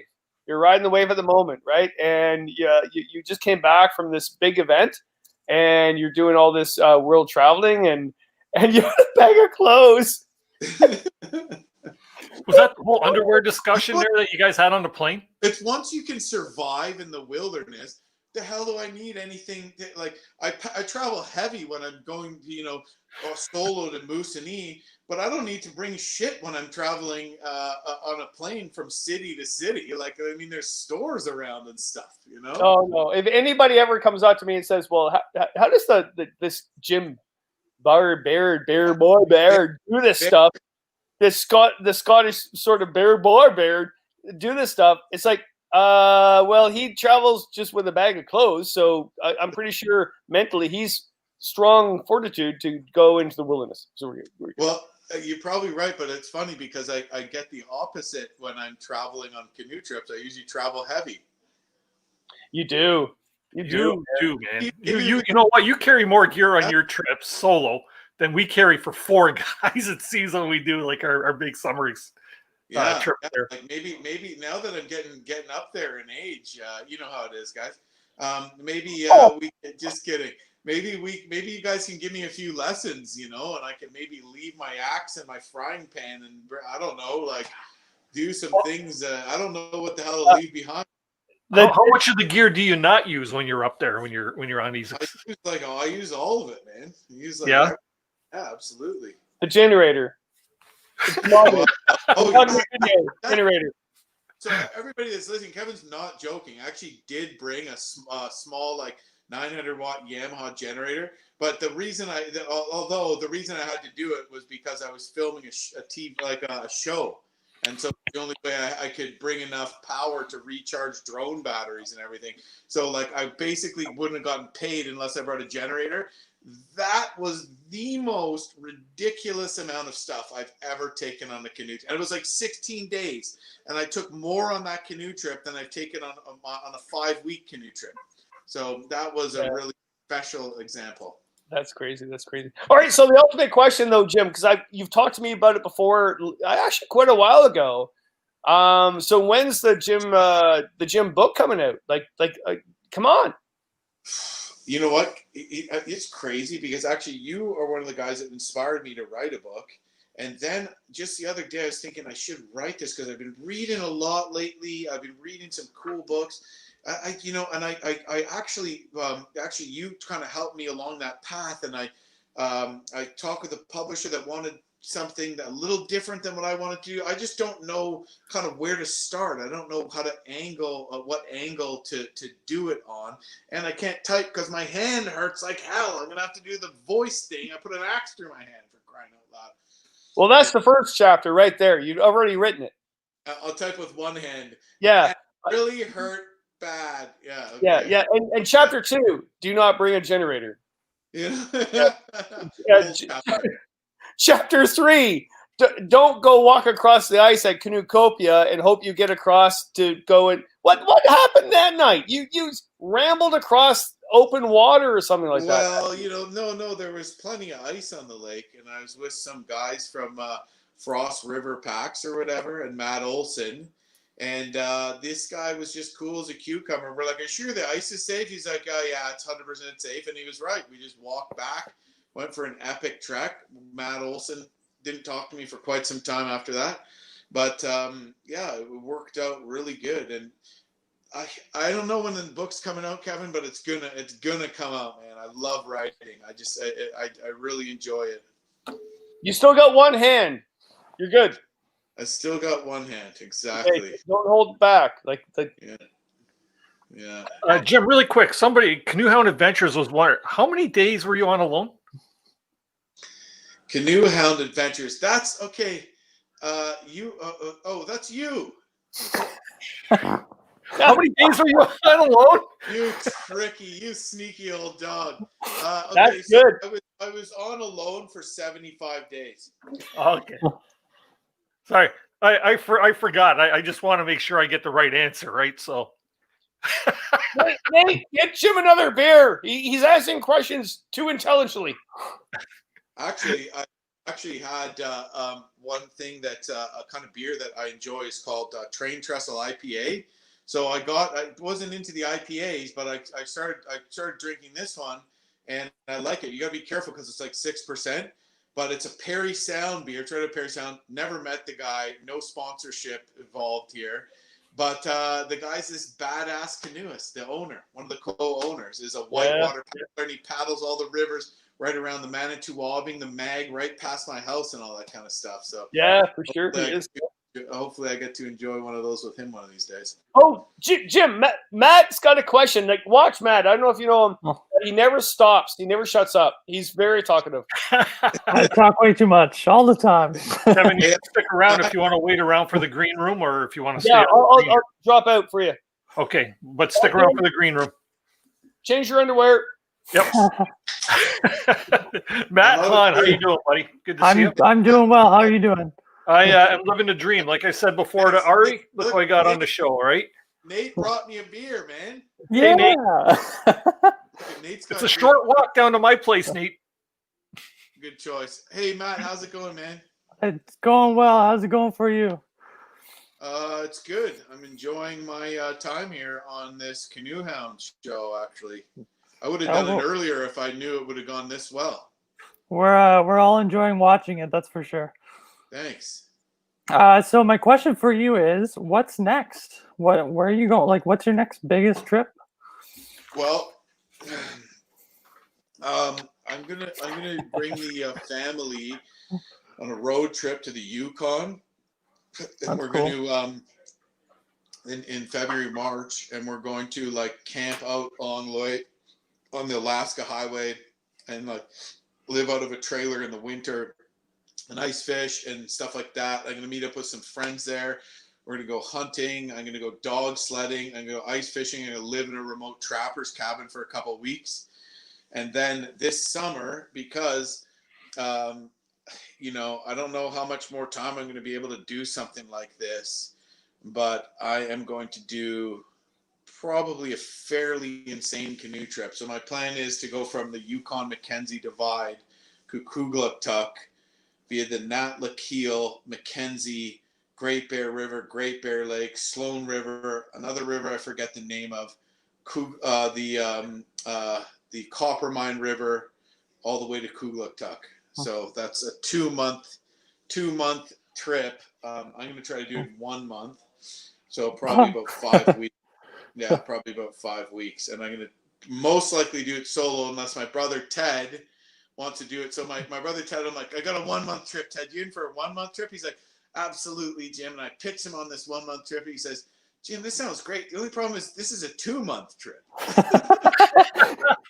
It's pain or pain. Pick the pain. He's like, I'll do like a trip 1 month plus travel time. But he's like, you're pitching me on a 2 month plus travel time, Jim. I'm like, what are you talking about, Ted? I think he would still say yes regardless. So, Jim, you've done collaboration videos. You've done a video with Joe Robinette. You've been with Sean James, Alexis Outdoors, your brother. Who in the future would you like to do a collaboration video with? I'm thinking Prince Harry. I don't know. Prince Harry. But apparently we look a lot alike.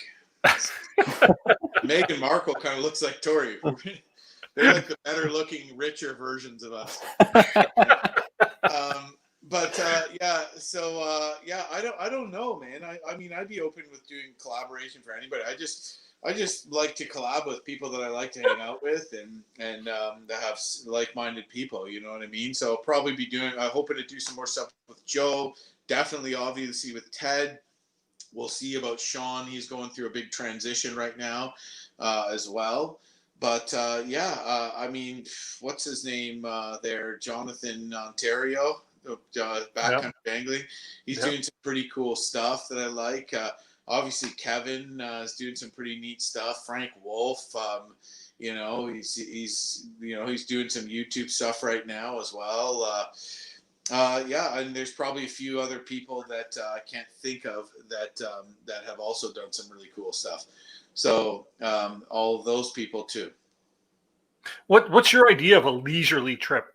Like what's your vacation from Jim Baird Adventure? So my leisurely trip is when a bunch of my buddies come to my house and we go to a spot, an area just right around me. Short little travel distance, short little drive, paddle over to a campsite, fish, hang out, nobody around, still backcountry enough to be away, and then paddle back and go home. So like leisure trips, like, maybe a couple short portages, maybe all in 4 kilometers and like one night of paddling. However, I have been told by several of those buddies of mine that was not a leisurely trip. Or that you like to do a lot of work for just a little bit of fun. Why didn't we just hang out around your fire the whole weekend? So maybe it's a little harder than what I've let on to you guys. But that's my idea of a good time, man. Fishing, buddies, 1-2 nights out, short distance, but as remote as a spot as you can get, and good food. Don't pack light. Bring coolers shoved full of beer and ice and ribs. Cook everything over the fire. Freaking have a blast. You know what I mean? That's what it's all about. If you were to pick one provincial park to go to, where would you go, and what lake would you go to? Provincial park. Yeah. I don't know, man. It's tough to say. Like Lady Evelyn, I think, is in the provincial park now. Sweet. The Petawawa. I love the Petawawa River, man. In Algonquin. There's a lot of people probably scared away because it is a whitewater river, but you don't have to portage the rapids for the most part. And it's just gorgeous. You can stop, do a side trip to the Barron Canyon when you're there. And then the considering how far south Algonquin is, the fishing is still really good in the backcountry. Tough to beat, man. Tough to beat the Petawawa and Algonquin. Other than that, I wish I had a better thing to say right now, but nothing's popping into my head right now. Puckasaw's a national park, but if the Puckassaw coast, it's not too far for a lot of Canada's population, man. It's not too far, and what you get is a lot of bang for your buck. It's more of a sea kayaking kind of thing. If you're going to do the coast, if you're doing it in the spring when the water's not too rough, you can canoe it. It's freaking just mind blowing, man. That Puckassaw coast, man. Now you drive to Hattie Cove. I paddled the Puckassaw River and then paddled the whole coast back to Hattie Cove to the park office. But the way to do it, if you just want to do the coast, drive to Hattie Cove, get a boat shuttle, drop you off at basically the mouth of the Puckassaw River, and paddle the Puckassaw coast back to Hattie Cove. So awesome, man. So awesome. Yeah. Now, one more. Sorry, Dennis. No, that's okay, Matt. Another question I have is, if no strings attached, if you can go back to somewhere that's absolutely like your memory just flashes back to it all the time as the most beautiful place, or you just love being there, where would you go back to? Well, I mean, standing in front of Mount Thor on Baffin Island was like almost a spiritual experience, man. We're talking about a cliff that's 3 times the height of the CN Tower. It's so big, it's even hard to comprehend. And you're standing right there in front of it. Another place that was really special is the mouth of the Adlatock River in Labrador. You know, just the scenery. You're transitioning between this woodland, rugged mountain scenery to a mountainous, barren Arctic scenery on the Labrador coast, and just the views, the mountains, the canyons of the river, and also the fact that you're catching like 6 to, you know, huge brook trout, 6.5 pound on the scale. So if you don't have a scale, that's at least 10 to 12 pounds without a scale. You know, 15.5 pound Atlantic salmon on the scale. You know, that's another incredible place. Just the Labrador coast that I've been to as well.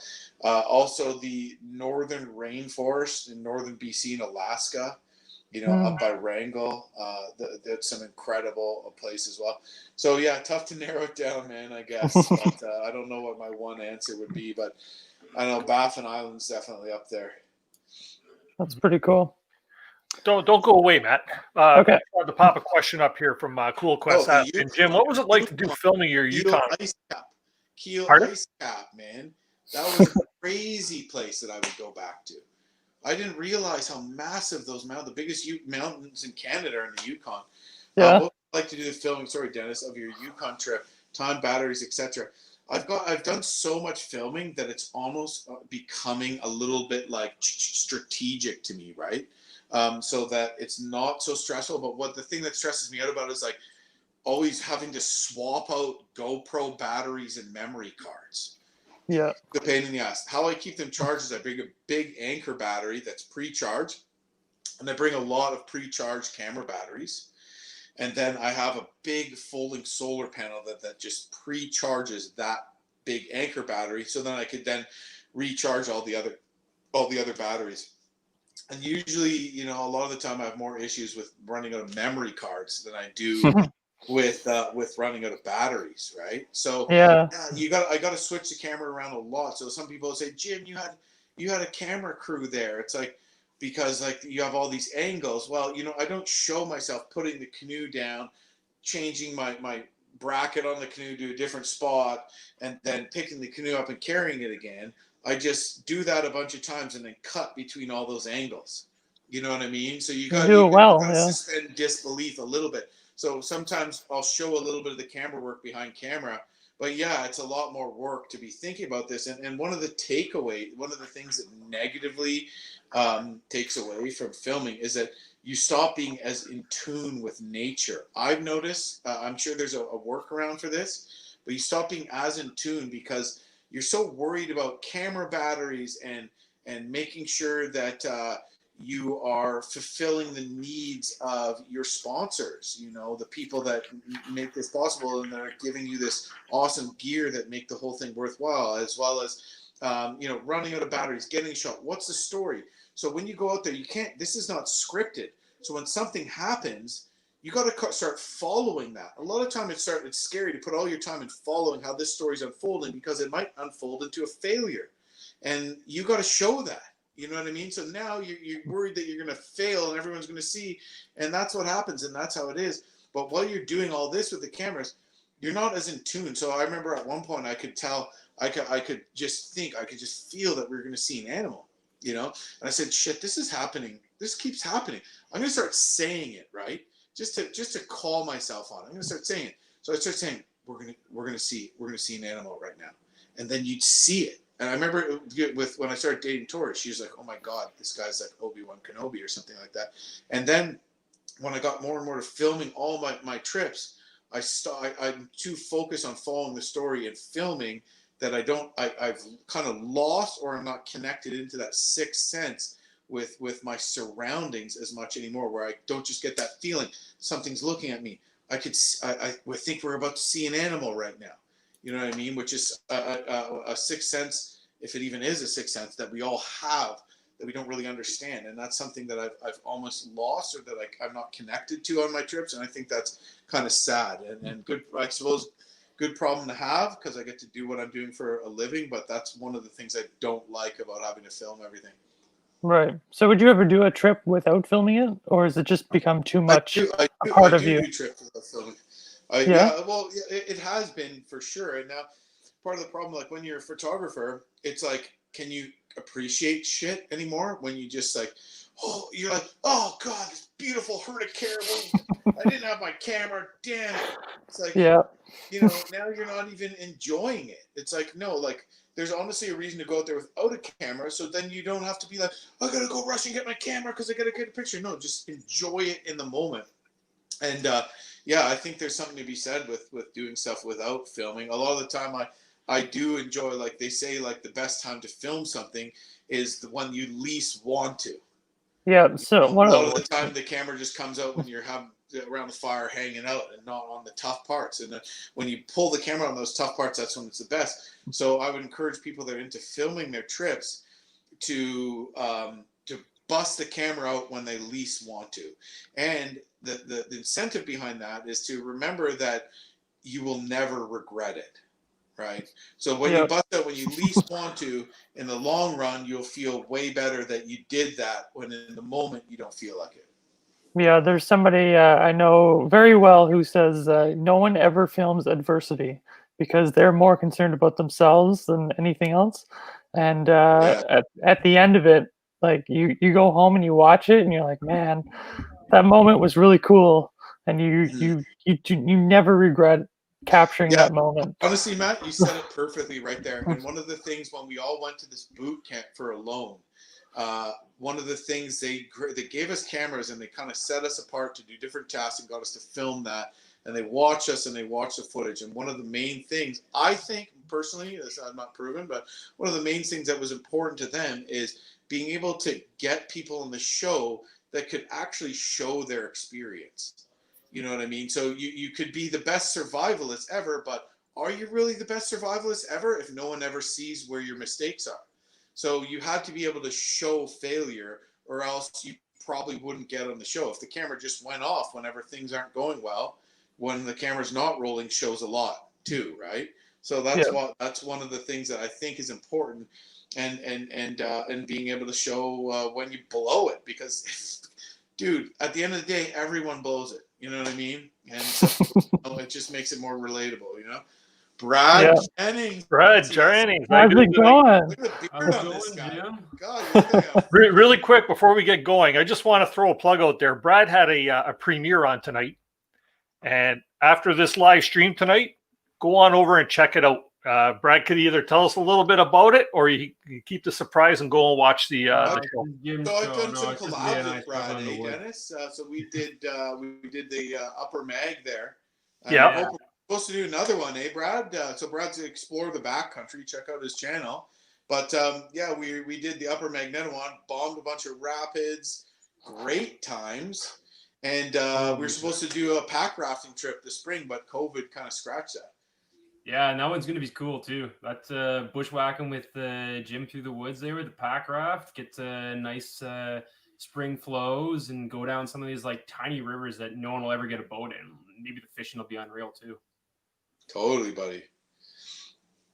No, so I had a quick cue though, because being the paddler, I want to know not the type of canoe, but what your favorite boat of all your fleet. So the one that has like the most memories, it could be the beat up one that's in the back hanging up, doesn't matter. The boat that is like the one that, if you had to part with it, you'd be heartbroken. Yeah, that might be all of them. But I know, like a lot of them I have a lot of 17-foot prospectors, because I've sort of like managed to supply boats for trips with like more than 2 people, and sort of ended up more or less buying those off of my buddies that I paddled with over the years. So the one I'd say the one would be my dad's fiberglass. I forget who the make is. It's actually, I think the make might have been Moisey. It's a fiberglass canoe that he bought when he was 16, and he's 24 now. It's got low gunnels, so it's good in wind, obviously, as long as the waves aren't big and they'll break over the side. And the seats are up high, but yet it's not tippy. And it's a really fast boat. It's not something you want to take on whitewater. It's just an interesting boat design, but it just has like a lot of stories. Like, there's this bash in it where, my Uncle Gord was bombing the French River in 1965 and smashed a hole in it and had to like patch it up with freaking, you know, his own blood and some spruce tar or something like that. And, you know, these kind of things. And the fact that my dad transported, you know, the equivalent amount of lumber to build our entire cottage solo, paddling it at night for 5 kilometers from the closest road kind of thing. And these stories, right? So I think that's a neat one. I don't have that on my rack, but maybe, you know, maybe it's at his place. But I think that one would be one I definitely could have part with. The other one's like my 15-foot prospector, just because I guess I solo in it a lot, and it's Royal X, and you can't buy Royal X no more. And I've done some badass trips with it, and it's just all around good, decent for lake paddling, decent for rapids, decent for fishing out of, and that. So yeah, I'd say my 15-foot prospector, my dad's old 16-foot Moisey. I don't even know what the hell kind it is, but interesting boat. Sweet. Awesome. Thanks, man. Good to see you again too, eh? Yeah, you too, buddy. Thanks for chiming in there, Brad. Appreciate it. Brad, stick around in the green room there. Hey, by the way, congratulations on your recent wedding. Oh, thank you. Yeah. Congrats. Good stuff. Congrats. You wearing your ring? You wear your ring, Brad? But wouldn't change it. Say what? You wear your ring? No, actually, it's going in to get resized because I got apparently tiny fingers, and in the cold, my ring went flying across the porch the other day. So, yeah, getting it resized. Right on. All right, so we're gonna get ready to close things up. Break. I just have to take a quick break. All good. I'm gonna close up the show. So you guys stay in the green room down below. All right. And we'll bring you up after the show here for our final chit chat. But yeah, Brad, stay in the green room if you can. Sweet, awesome show, Dennis, as always. Thank you, sir. Much appreciated. No problem. All right, everybody. So I hope everybody had a great night tonight and enjoyed the show with Jim. It's been a long time in the works trying to get him and trying to nail this guy down because, as you know, by watching his YouTube channel, he's always out on these epic adventures. And he's got a lot on his slate for a guy who's got a dream job that we could all just dream about, right? He's got the whole thing going there. So just want to thank everybody that was in the live stream tonight in the chat. That some of the questions that you had, I apologize that I didn't get the opportunity to get all your questions. It's kind of hard to get all the questions up. Hopefully we covered a lot of your questions and things are good. For those of you that may be new to the channel, appreciate you popping in tonight. I know a lot of you come under recommendation of Jim's promo video that he put out for this. Thank you very much for coming and checking out the channel. If you like what you've seen tonight, I'd appreciate it if you hit that subscribe button and the bell notification. Follow us on Facebook at CANOEHOUND'S Outdoor Adventure Show. That way there you'll know week to week who we have on as guests or what our topics might be.